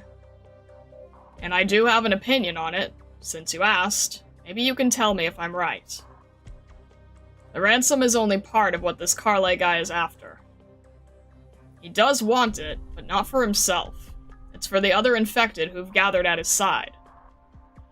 Meanwhile, he doesn't really care what happens to himself. He used to be nobility, a young lord, but after infecting himself, he's lived in the city as a beggar for years. Falling from such a great height has only highlighted the oppression of the infected for him. Because before all that, he may well have been one of the oppressors. From another perspective, the death of his loved one made him choose the most irrational, impulsive method of exacting revenge on his father. And the consequences of that not only banished him to the streets, but also drove his father to ratchet up the oppression. That has always been a source of the contradiction in his heart. So I think what he really wants comes after he gets the ransom. As for his specific plans, well, the lives of normal people mean little to him, let alone the lives of our infected. So I'm guessing either murder or suicide. Let's go. Doctor, that's the direction of Carly's camp. I know where I'm going. That being the case, I suppose this is where we part ways for now. There is one thing I'd like to apologize to you for. I should have stayed out of this after I took on the role of an intermediary and passed the commission on to Rhodes Island. But it would appear that the situation has changed. I'll admit, even when you got involved in Yarag, I didn't feel as restricted as I do now. You are reminding me to answer a question that I've been avoiding for over a year. I must ask you once more, just how important is this question for you, Doctor? For me personally, very. In that case, I'm afraid I have no choice but to produce my answer. Rhodes Island will uphold the way it's always done things. Just as I have my own methods. I just have one question. Anciotes, what will you use to bargain for his life?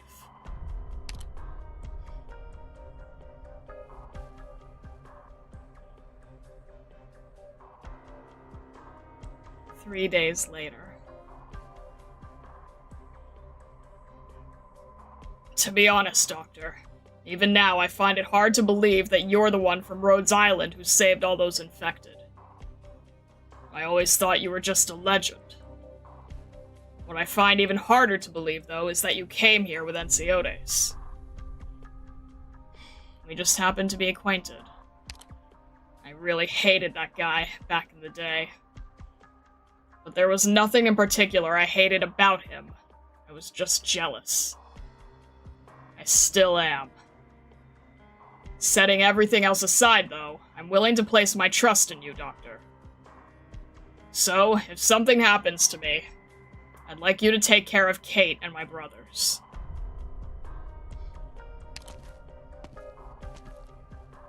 Enciotes, what are you doing here? Did you really think that Viscount Walden would risk coming out to this barren wasteland to cut a deal in person?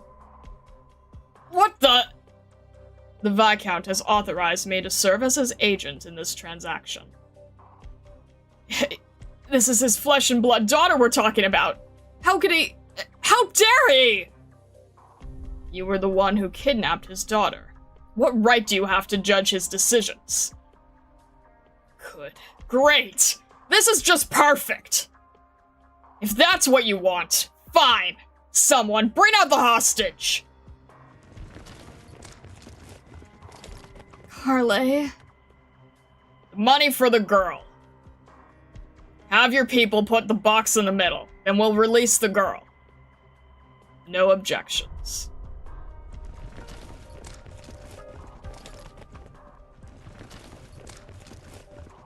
Go, Kate. Go back to where you belong. Carly. It seems the exchange was successful. We've got the box, boss! If everything's there, then hurry up and run! Huh? Do you seriously think that the Viscount would let us go? Isn't that right, Enciotes?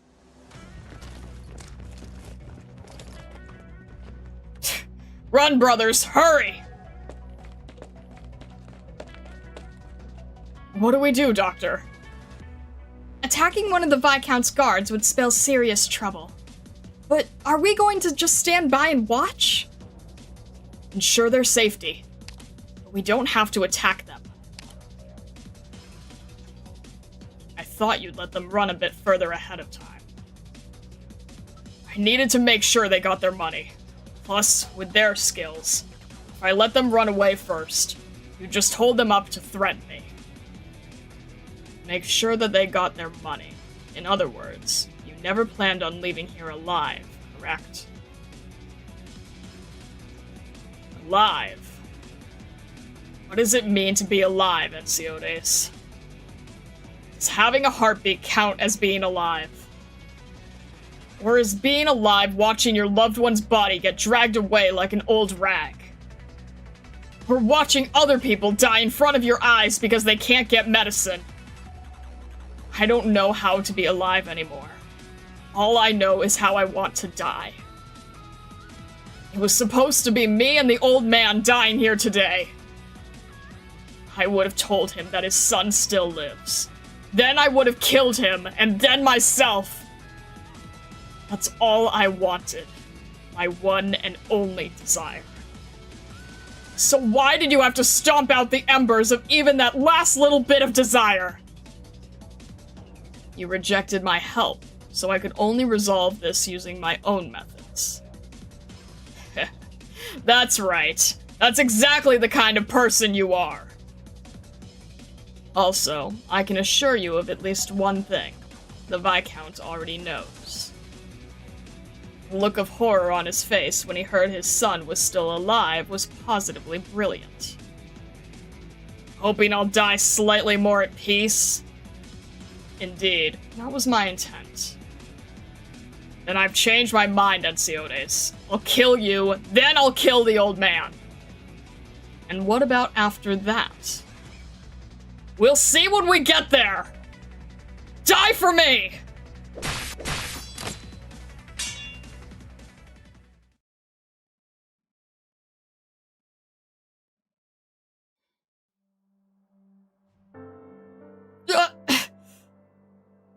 you've woken up. You... Why didn't you kill me?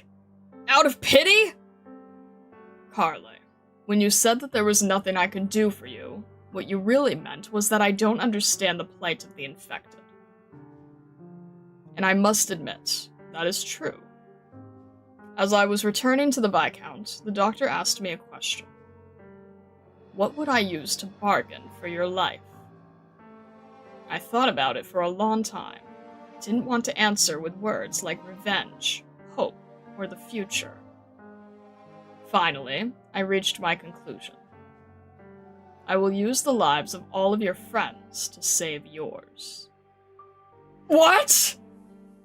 As of now, all of them in this city have already died, including you. Next, they will move to one of my branch offices in a neighboring city and begin a new life there. The same goes for you. Of course, if you have any objections, I will respect your wishes. They aren't dead? The people chasing them are my men. You bastard! How arrogant can you get? I won't deny it. You don't need to worry about the Viscount. The only problem is your sister. I'm very sorry, but the two of you will have to be separated. I wouldn't have gone to see her, even without your arrangement. She's better off forgetting about this good-for-nothing brother of hers. But give me some time to think it over. You have all the time in the world.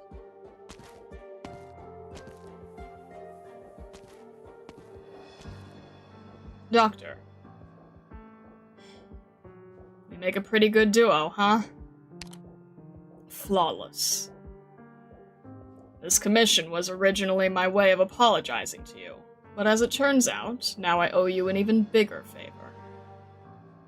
Also, I failed to help you establish a connection to Viscount Walden.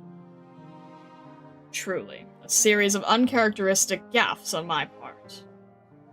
Regardless, this incident has provided me with a novel perspective on certain matters.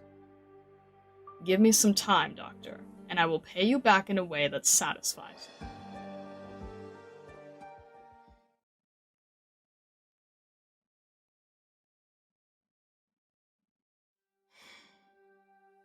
I finished reading the report. In terms of outcomes, this was a resounding failure. Not only did we fail to establish a relationship with Viscount Walden, we may even be blacklisted by him now. Therefore, we no longer have the option of using his network to find a stopover point for Rhodes Island. You know you'd have done the same thing. I might have taken an even more decisive approach. Although I won't deny that the results would probably be similar.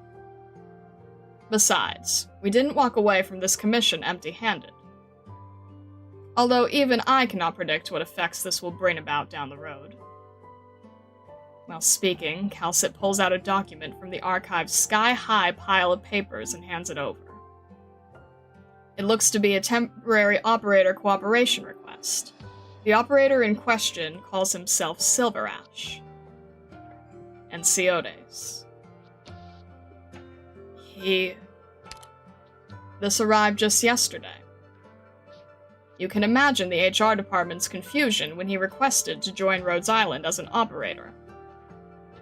In the end, I was forced to handle the situation in person and to cut straight to the result. He accepted all the conditions I laid out for him and passed the operator exam with flying colors. No wonder everyone on the way looks so bewildered. He's waiting for you in the reception room right now. You should give him a tour of Rhodes Island while you're there.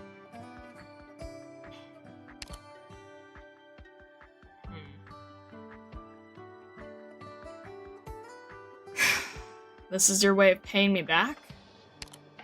That's right. This is the end result of a thorough deliberation.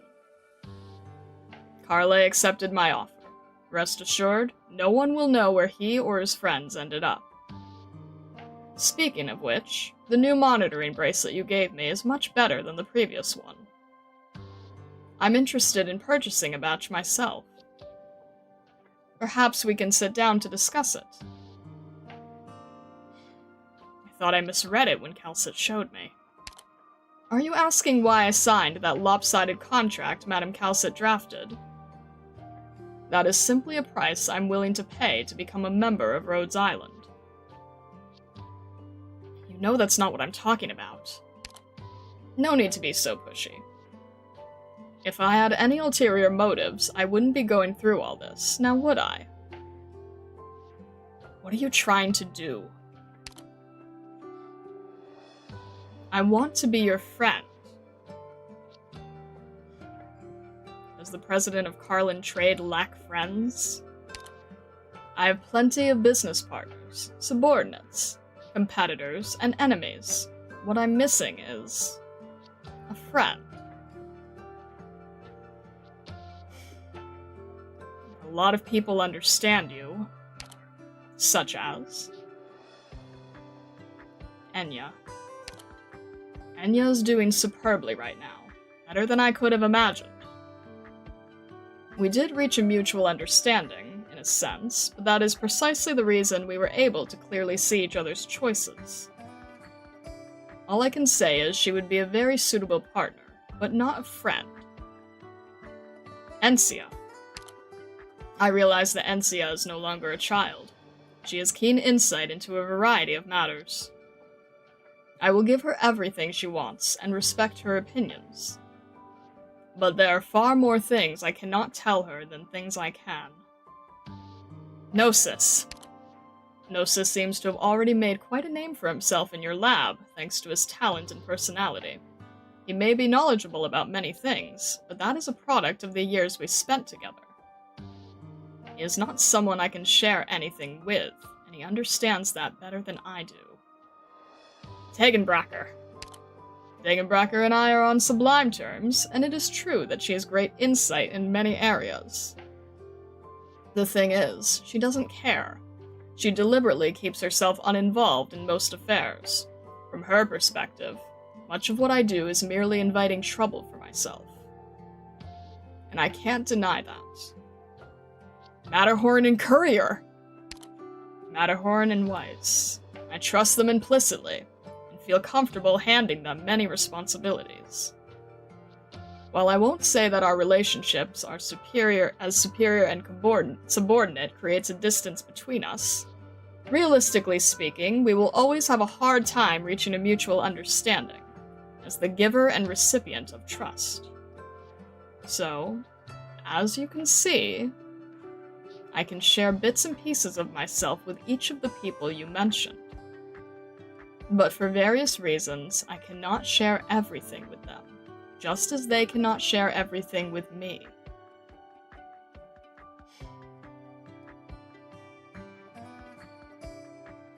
You've drawn too many lines. I never wanted to. Just as nobody asked me if I wanted to become head of the clan that year. I've grown accustomed to weighing the value of each and every person I encounter, and designating a role for them on my path to progress. Within the spheres I've designated for them, I am completely genuine. But nobody can claim it all. Enya and Encia were still very young when our parents suddenly passed away. The family's heavy responsibilities fell completely onto my shoulders. For both my sisters and the clan, I could only grit my teeth and pick up the mantle as a silver ash. After a few years of this, I realized that nothing would ever change from simply remaining the head of a clan in Yerag.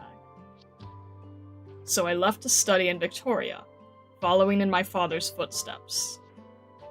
What happened during my time abroad would make a fascinating topic for another time, should you be interested. But judging from the results, I made the correct decision. If I hadn't left, I would never have understood what Yerag needed, nor what challenges it would face. A few years later, I voluntarily ended my studies and returned with my capital and connections to form Carlin Trade. I'll admit the whole process was originally meant to take much longer. While abroad, most of my time was dedicated to studying and networking, though it is not as if I didn't have moments of leisure as well. Unfortunately, though, the alarm bells ringing in my heart pushed me to make my decision early. What comes after is the history of Carlin Trade's development. I cannot claim full credit for our achievements, but I have indeed put everything I have into it, and into the land. It hasn't been easy for you. It seems that we share a propensity to tease others. I won't say I've grown weary, but I've never been one to fail to understand the importance of relaxation. If I were only here because I needed someone to talk to, then I would lack the qualifications to be your friend. What does this have to do with you joining Rhodes Island? I originally thought that our cooperation would remain on a business level, but you seem to insist that your business is inseparable connected to all of us.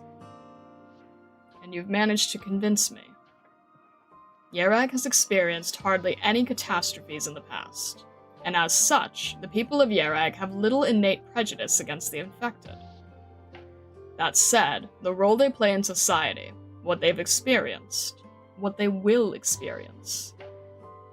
I must admit, I had failed to adequately consider these things. When I issued articles of incorporation modeled after Victoria's statutes, all I had in mind were some commonplace management tricks. Not trying to force you, but if we're to become friends, you would have that privilege. I need to gain a deeper understanding of the infected, and of Rhodes Island's business. You've helped me realize that this isn't important just for Carlin Trade, but for the way I view this world. And after getting to know you, the simplest way to achieve this seems to be to work with you and Rhodes Island. Which is why I became Silver Ash. Or, put more simply, friends need to see each other every once in a while, don't they? I've grown accustomed to dealing with others as a transaction, where one party provides something of value, and the other reciprocates with equal value, neither side owing anything to the other. But friendship, family, and love cannot be assigned a value. As such, I must choose my partners carefully.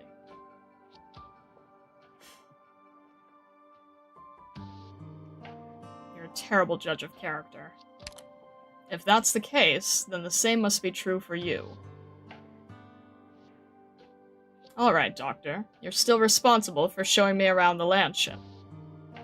We can talk more along the way.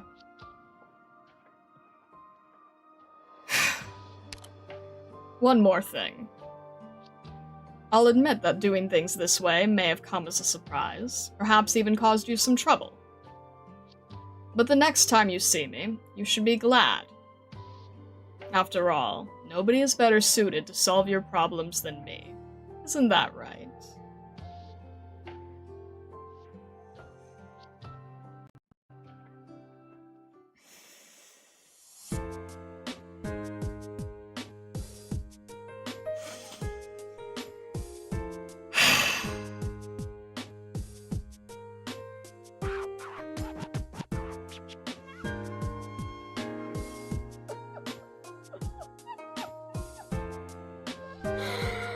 Oh,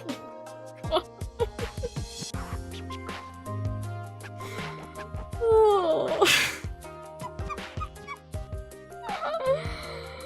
You've got to be kidding me.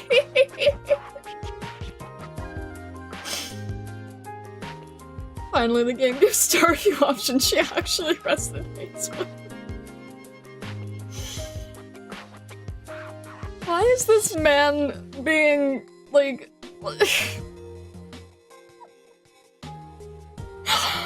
This is so strange.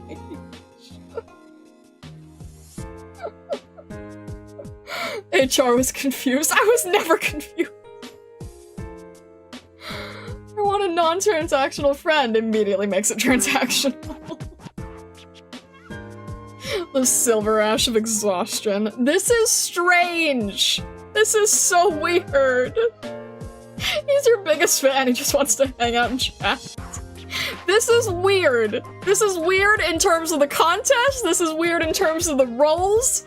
This is weird in terms of the actual situation.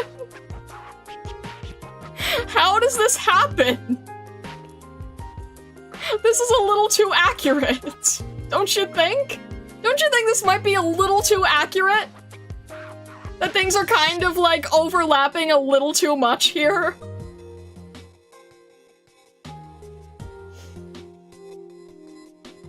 I feel like this is a little overly accurate. What do you think?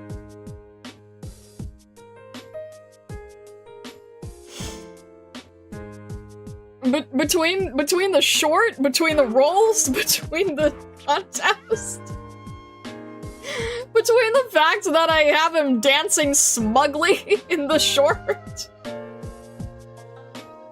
This is all a little too accurate for my taste here. It was weird from the very beginning where Amiya is a bunny. Fair enough. He gambled on this plan. It worked.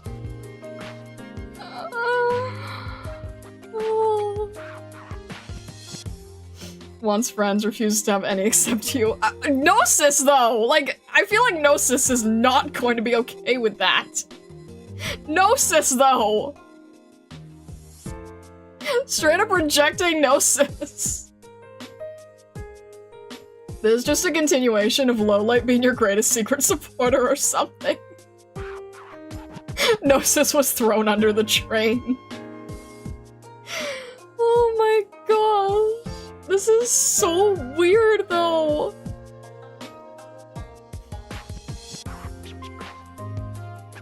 This is so strange. It's funny that you say it was weird from the beginning where Amiya's a bunny, because you know what? I only have 2 plush of operators in my possession. One is Amiya, and the other is Silver Ash now.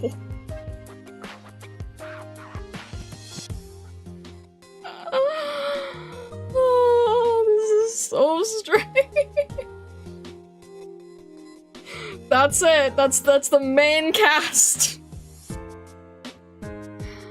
Oh my gosh. You remember Gnosis called Silver Ash's sisters as creatures. I doubt he would care little if he was called a friend or not. Tis fate. Apparently Gnosis being his partner doesn't make him a friend. Jeez, I guess it is mutual. Guess it is mutual in that way. Ugh. Goodness.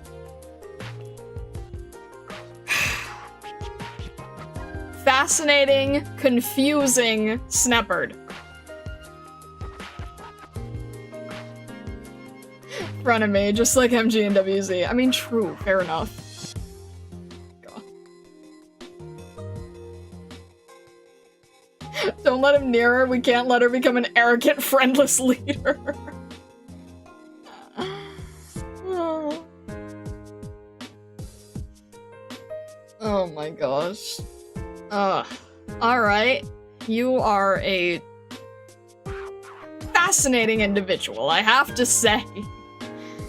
The overlapping with the roles wasn't necessary, though.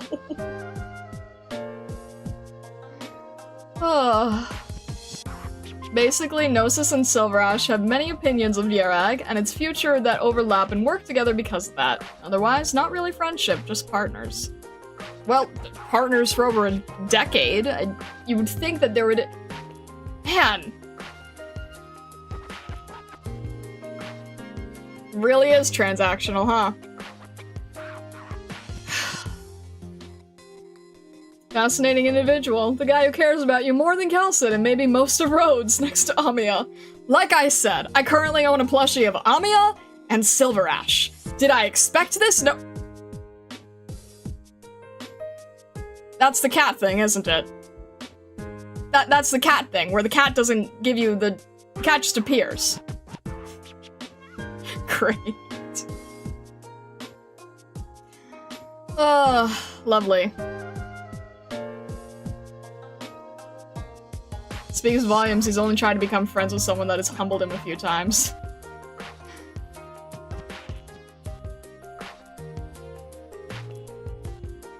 Alright, anyway. I have to say, Carly sure changed from back then, huh? I guess so. I guess so, jeez. Goodness. I see now why the webcomic is so important, too. Alright. We are on to vignettes now? We are on to vignettes. Okay. There we go. I like being able to change the icon. It makes me feel like I'm doing something professional-ish. Alright. Crazy snow leopard. You have my blessings, Doctor. Thank you, I'm going to need them. Alright. Where are we going? To be continued. My meme contest sure aged 5. Were you all planning this from the beginning too? Were you in on this gamble? Did you work together or something? Oh. Alright. Rondine Breeze. You're beyond? Is this? I always forget, is it?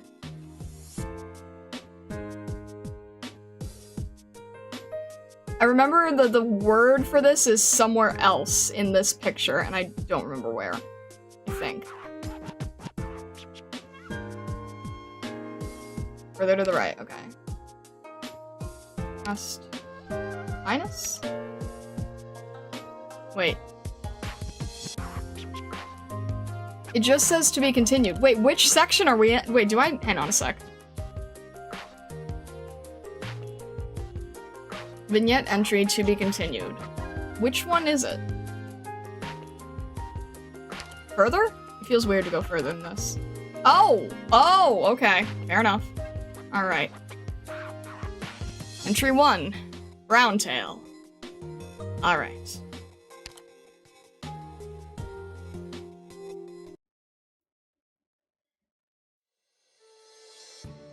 Russ, are you done packing? Victoria is not like Yerag. We're trying to work with the other side this time. Our standing's weak, and they will take advantage of that to tear us open. The only thing I can tell you is, there's no way of guessing what they're going to do exactly. It's up to you to determine. Alright, I get it! You're going to chew my ear off! Ugh! If you have so little faith in me, why don't you go do it yourself? Turn your brain on for once in your life and figure that out yourself! Why you? Alright, I've got no time to argue with you. Remember, this isn't an all-expenses-paid vacation. You're representing the Browntails. Yucatan, keep an eye on your wife. Don't let her do anything stupid that would embarrass our clan. Don't nod to that! Yucatan, whose side are you on? Don't get sidetracked. Short version, pay more mind on this one. Eyes out, ears out, mouth shut. Don't shoot off like you did before. It's time you went out and broadened your horizons anyway. Go and see the lands outside of Yerag. See just what kind of place Victoria is. Hey, you know, Ratatos. What? Is it me, or do you really wish you were going yourself? Russ, over here. Huh? Hands to yourself, bitch! I don't have a temperature! So why are you talking out of your ass? I was just asking. If you had the chance back then, would you wanted to visit Victoria, Ratatos?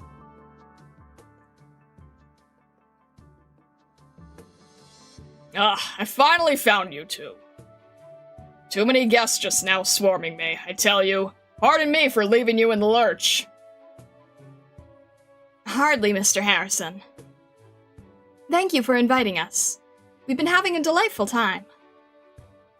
Now, how nice of you.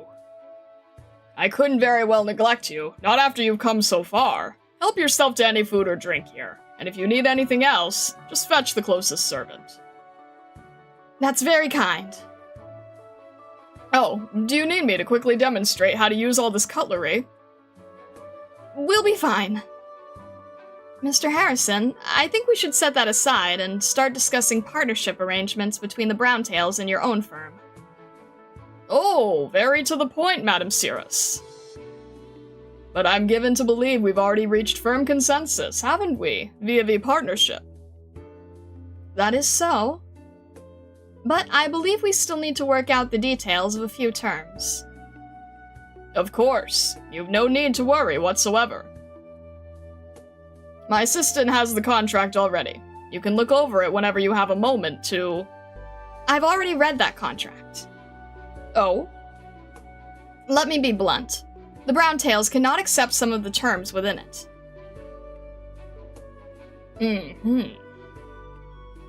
So, your proposal exactly? We need to renegotiate the exact figures of provision of labor and revenue share. Yes, I will consider your concerns. So, hold your beasties now, Madam Cirrus. I'm of the mind that I've already been very generous with your cut on these orders. but Now, no, not to worry. This is still the same win-win for us, and I have a very good impression of Yelljack myself. I would never have you or your family come out of this with losses. it's Yerag, not Yellak, Mr. Harrison. Oh? Of course, silly me. I always have trouble pronouncing that. You visited Yerag before? That, I can't say I have, but quite some word of it has reached me in recent years. I've heard they roast entire meat beasts at Yellak these dinner parties. The wine comes in big jars as tall as you or me. And they put on variety shows and the like too. I shan't for the life of me miss a chance to see it myself. You're joking. Alright, I have to receive the other guests now. Enjoy the party, my friends. Wait, I haven't finished. Excuse me.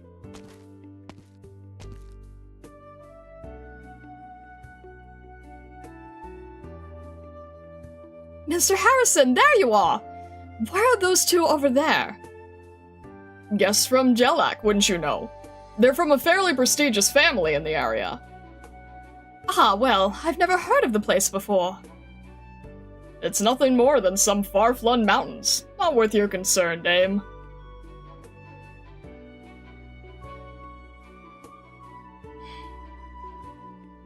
We're leaving Yucatan. Russ.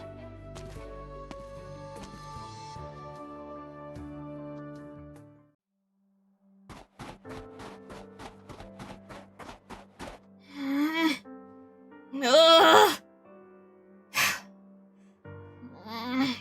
Russ. We're alone now.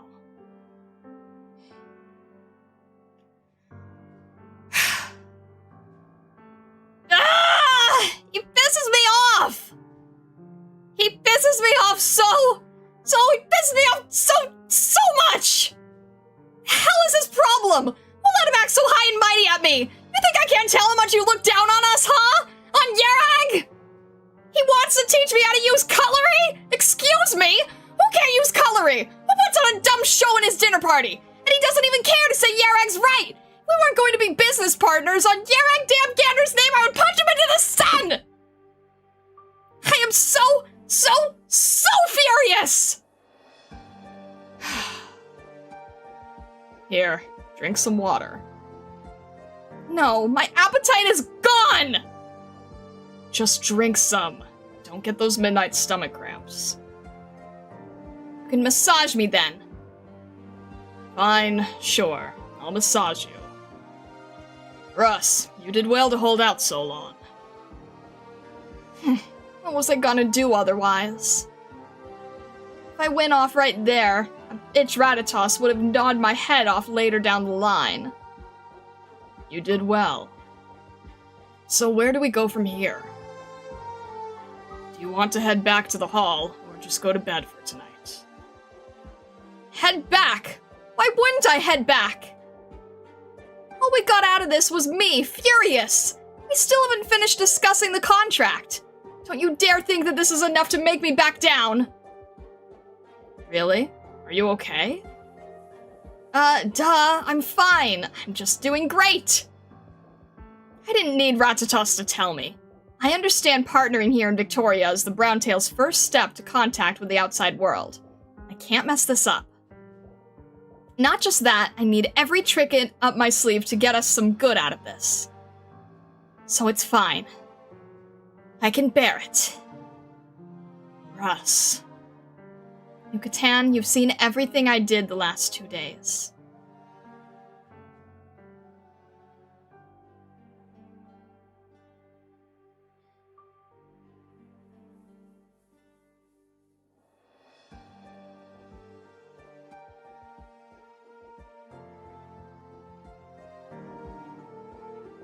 I've never seen such big machines before. They look so clunky, but they run so smoothly.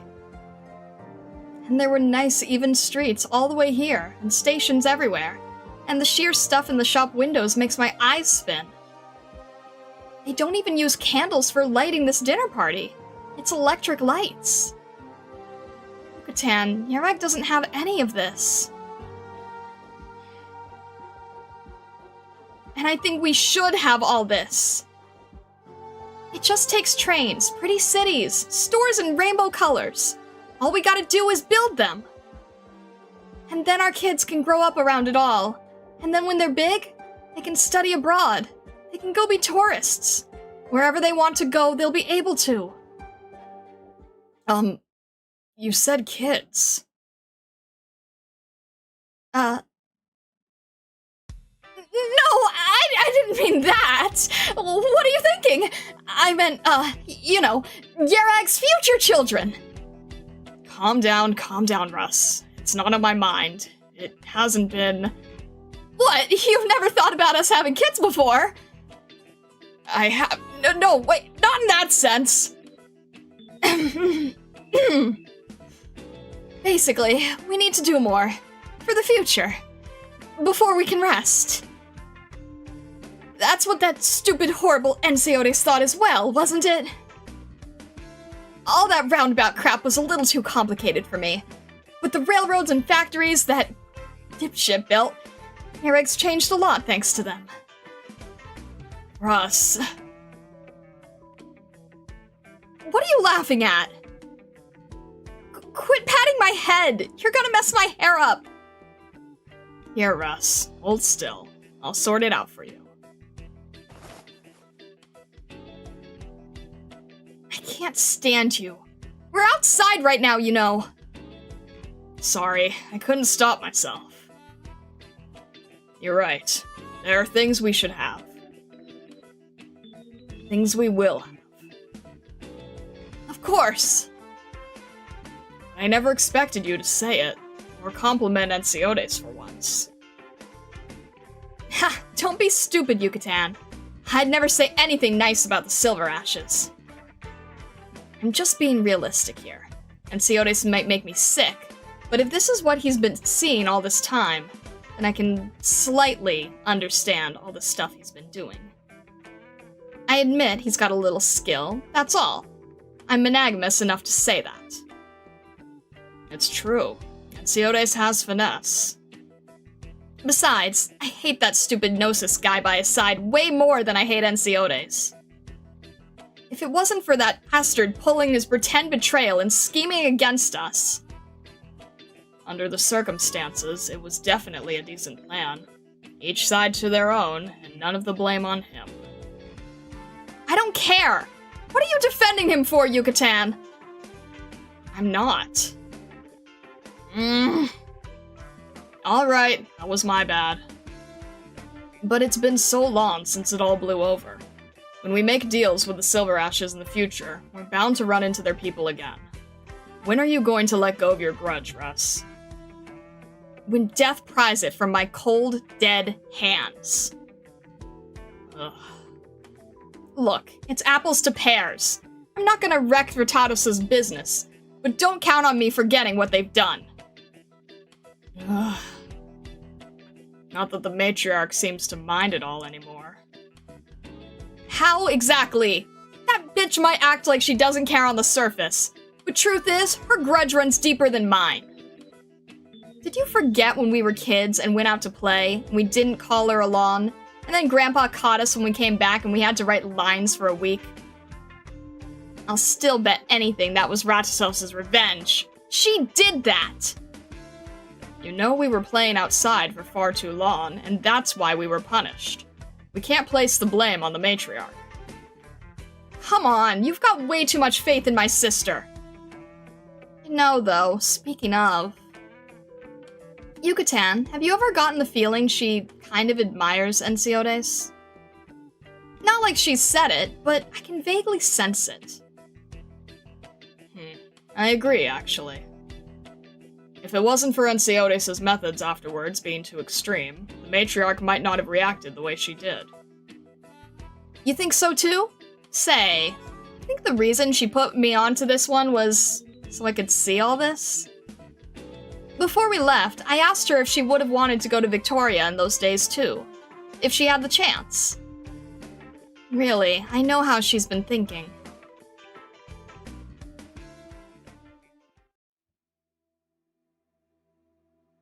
Ratatos! Ratatos! Ratatos, if you're there, answer me! I've been yelling forever! I bet you're just pretending you can't hear me again! Why are you ignoring me? Huh? What are you staring at? Why shouldn't I ignore a little scumbag who doesn't even invite her sister? Who are you calling a scumbag? A little runt who sneaks out to play all by herself and still wants me to cover for her, that's who. I'm sorry. That was my fault that time. Next time, I'll bring you. I'll get Yucatan to watch out for us. Forget it. I'm busier than you anyway. And Grandpa's health is... Whatever, who cares? Just don't stir up trouble for the next while, alright? Also, stop taking advantage of Yucatan. You're practically bullying him. How am I bullying him? Because I said you are. So, what do you call me? Ratatos. Huh?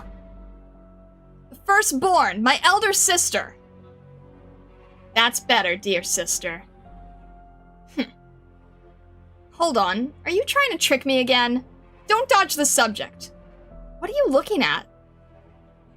Just some periodic intel reports. Nothing special.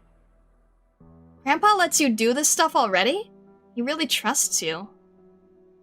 Because I'm capable of handling it, unlike my darling little sister.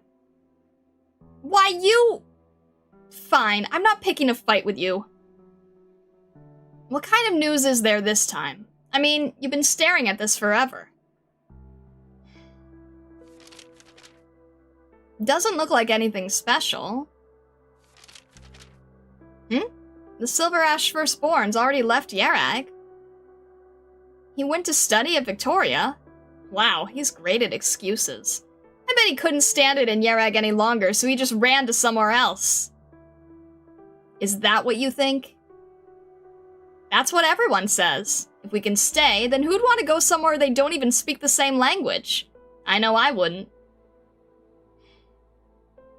What? Ratatos, the firstborn. What's with the funny look? Stop. Put your hand away. I'm not at the point I need you to worry for me. You bitch, I was being nice! Enough. Thanks for being nice, then.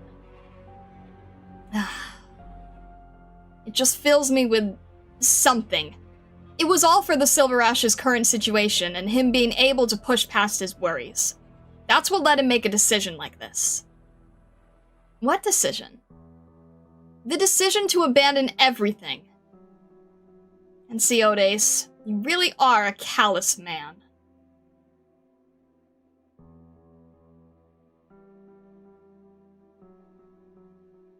That's what she said back then. I forgot all about it, but when I saw her and that stupid Ensiodes in the fire, I don't know why, and it was so many years ago, but it just instantly came back to me. That's when it clicked. Ratatoss wasn't occupied with any of the thoughts we thought she was. Do you think the Browntail clan has been a burden on her this whole time? Was this before the end of the Patriarch? Yeah, not long after that, Grandpa passed away. You know now that Grandpa's health was already shot by then. Ratatoss just kept the wool over our eyes. Too many people had eyes on the Browntails, and the Matriarch was still too young. Some people were bound to get ideas. Yeah, it got so busy for her that she didn't even sleep. She had the heaviest bags under her eyes and thought I'd just miss them. Her temper got awful too, ragging on me all day. Yucatan. Huh? Back when I wasn't convinced, when I kept trying to disagree with Ratatoss. I was being such a dumbass, wasn't I? No. Okay, stop. Don't you say anything. I know I was stupid back then, and I didn't help anything. But I sure ruined plenty. I was stupid to the max. It's okay. It's fine, okay? I know all the way deep down. It's whatever from anyone else, but you're the only one who can't say it.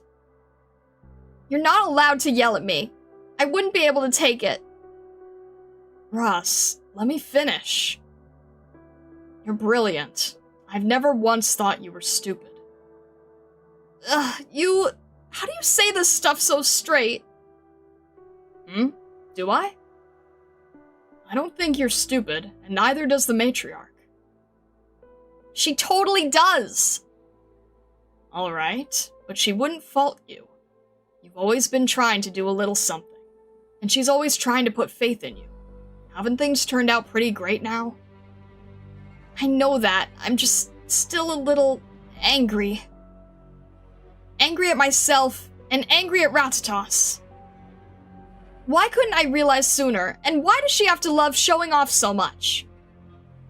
Well, do you want some real talk? If it's not nice, don't say it. Come on, that won't do. Showing off probably runs in the Browntail family by now. You're not much different to her there, Russ.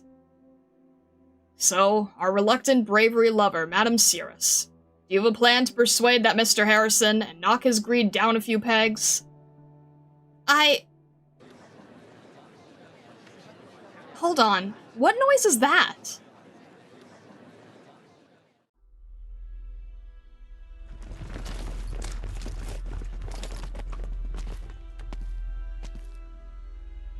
What a wretched dinner party.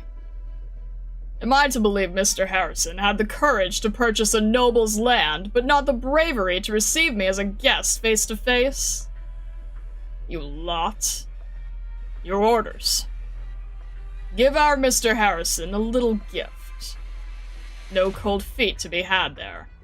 Teach this man how the mercantiles should treat the aristocracy. On it. Ah! Quickly, fetch Mr. Harrison!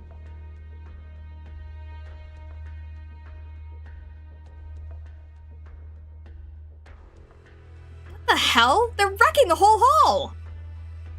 Is that Victorian noble their leader? What is this meant to be? Looks like he and Mr. Harrison got into a mix-up. He's destroying the house. That can't be your average mix-up. Want me to take a look? Hold on a bit longer. We can't just show up that casually. At least not right now. But I think this might just be a good opportunity.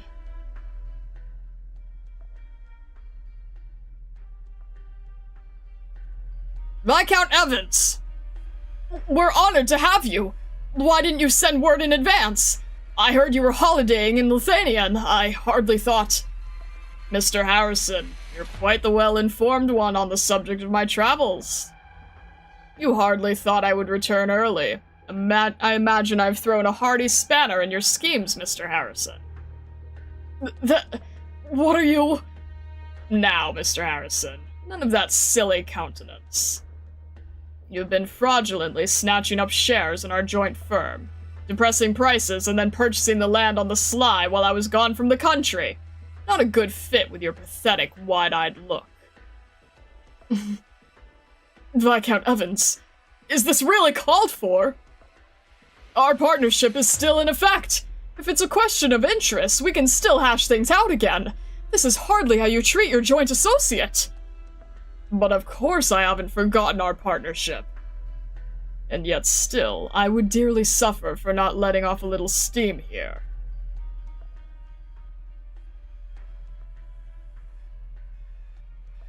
A dispute of interest between this merchant and this noble. Ratatos pushed me through a bunch of material before we left, so I knew about this, but who knew I'd see it firsthand? But with this... Do you have an idea, Ross? Yep, you just asked me if I had a plan for how to negotiate with Mr. Harrison. Now I do. Quick, Yucatan, here's our chance.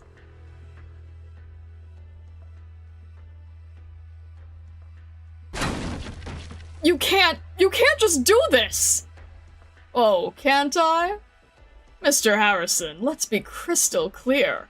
Suppose I do something to you.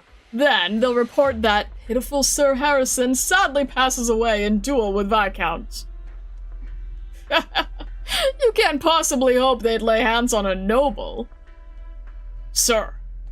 Huh? People got a lot of our guys knocked out now. Only a few up still. And seems one of the guests called the police. Look. You're not as dull as you suggest, Harrison. Fine job on finding some lackeys. What? Enough of the tomfoolery. I'd come in thinking there would be future leeway for discussion if you were tactful enough here, but it seems you don't quite agree. Today was just a lesson. We're far from through yet. We're leaving! Ugh. They're just gone now? What about these guys then? The red-haired Zala carelessly dumps the people over her shoulder in front of the magnate. Just put them here. Someone will deal with them. Are these all Viscount Evans? You don't mean those lackeys he mentioned were... If you don't have anyone else to choose from, then I imagine you mean us. Are you alright, Mr. Harrison?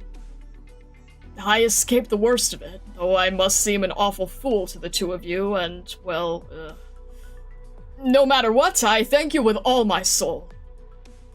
Only, having set about to the Viscount's men like so, I worry in future, oh. Mr. Harrison, let me be straightforward about that. Your partnership with that noble's in for a rocky ride, isn't it? Well, you've publicly offended him now that we've beaten up his entourage, and it looks like he's a run on the ladder above you, so you've got no way to get at him. Is he going to just keep working with you? Based on what I know, your firm is in the key phase of its expansion right this moment. If your partner pulls out midway, that'll be a massive blow to you, right? What are you getting at here? You can't be telling me you just did all that on purpose. Come on, I'm doing nothing more than talking facts here, that's all. Don't go and overthink it. You're stuck between continuing to beg to that noble or searching for a new associate under pressure. We have a small, little proposal there. Oh. We Browntails are one of Yerag's 3 clans. A single puny Victorian noble poses no threat to us. If you're inclined, the Browntails will be your most reliable business associates. How about that, Mr. Harrison? Regarding that partnership between us? Is it me, or do you think we can renegotiate now?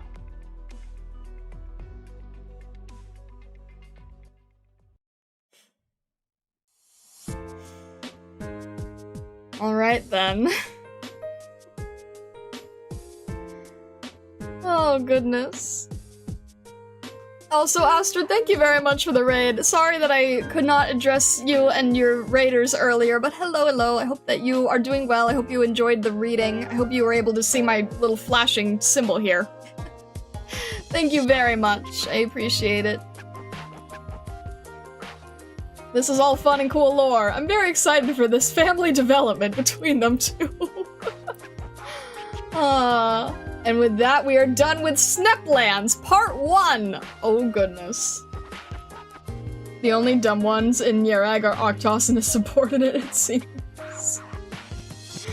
Onward to the land of angels, guns, and sweets. Oh my.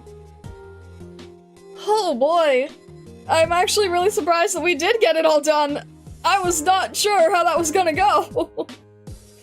Oh boy. Oh well, Vessa should be really excited for this, for sure. Ugh. I'm looking forward to learning more about Fia. Oh my goodness. We're still having something- oh no, I can't do more today, but next week we are starting in the land of angels. I am very excited too. Alrighty. It's been a joy learning about the Sneps with you. I'm glad. I really like Praminax. Enceotes, I'm like, I don't hate him. I'm just weirdly fascinated and a little concerned at how much he's breaking the fourth wall lately.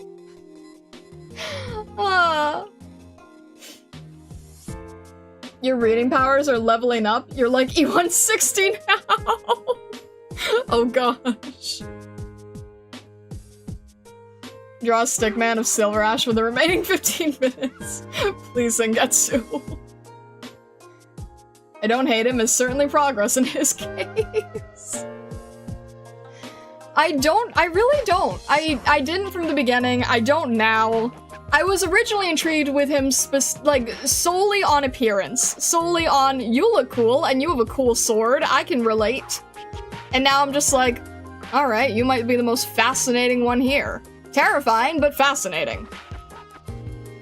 And no, I'm not counting Cal in that list. Alright. Will Lemwin be E2? Oh jeez, isn't she mega broken? Xeris, a petite Zalek noble, casually holding a few men over her shoulder. Yucatan's done well.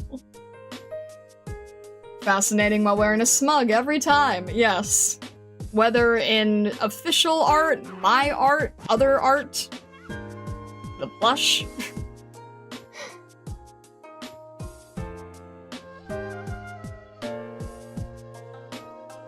You look cool, you have a cool sword, I can relate. Star admits she thinks she looks cool, we won. I can relate because of the sword! What if Cal had a cool sword? Would she be fascinating then? I don't even, like... I don't think that it's even fair to, like, have Cal in the same category of how you feel about different operators, because she's just a whole being onto herself that I don't think I can categorize among everyone else. Graham got the E2 treatment specifically because the event was her time to unlock her module. Yes, true. Oh. He's fascinating from a distance. I wouldn't want to deal with him, though. I don't think we have much of a choice. Cal goes into the Cal tier. Fair, yes.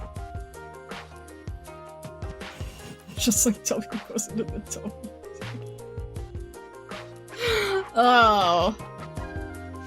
Yay, Cal tier. Oh. Oh yeah, I don't know if I told people this, but just in case so that people say like, oh, you didn't do this, you wasted your tickets, whatever. I did use selection tickets to grab, Cal and Logos, but they are very much, like, benched for a long time. But since I did have those selector tickets, I wanted to just sort of, like, secure it, and then it will make sense at some point in the future for me later, but I didn't want to have to worry about that. But I'm saying so on stream because I don't want anyone being like, wow, she didn't do the thing that she was supposed to. She's so silly and forgetful, ha ha ha.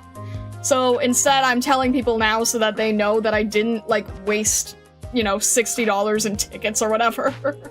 So I'm just putting that out there now that I didn't, like, let those expire.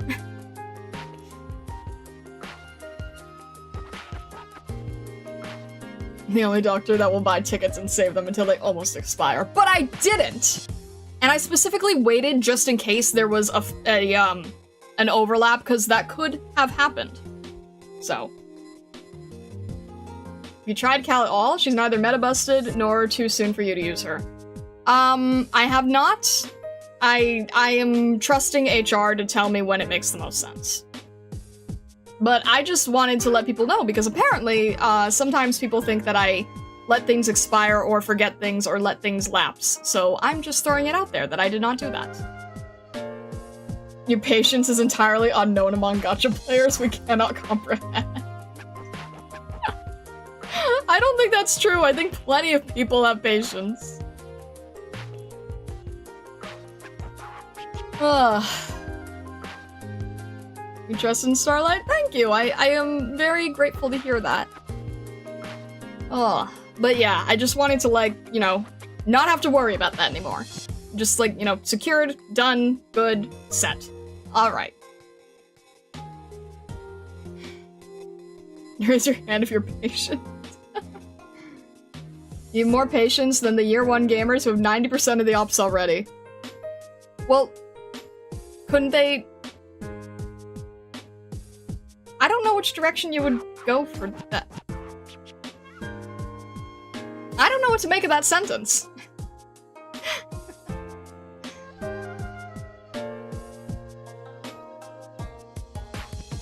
No, I don't think so. I'm pretty sure, like, you know, Janu has, like, plenty of patience here. Alright. Anyway. That was a lot. That was funny enough, it wasn't Silver Ash doing most of the talking. But that was a lot. Anyways, we will probably call it here. If you've not yet joined the Discord, please consider joining the Discord. I would really appreciate it. Or if you have not yet followed on Twitch, subscribed on YouTube, please consider doing so. If you do join the Discord, please make sure that you grab the Rules Channel Stargazer role. You need it to be able to talk. It is to keep out bots. Because I don't know if you've noticed from a million other servers, the bots are a problem lately. So we're doing our best to get rid of the bots. But I will see you on Monday. Not sure what we're doing Monday. And then Tuesday, we will go to the land of angels and sweets. And guns, because if I don't say guns, Vessel will remind me that I forgot guns. Regardless, have a fantastic rest of your day, evening, or night. Enjoy the rest of your weekend. And thank you so much, Stargazers. All the best. And may Yaragander bless you.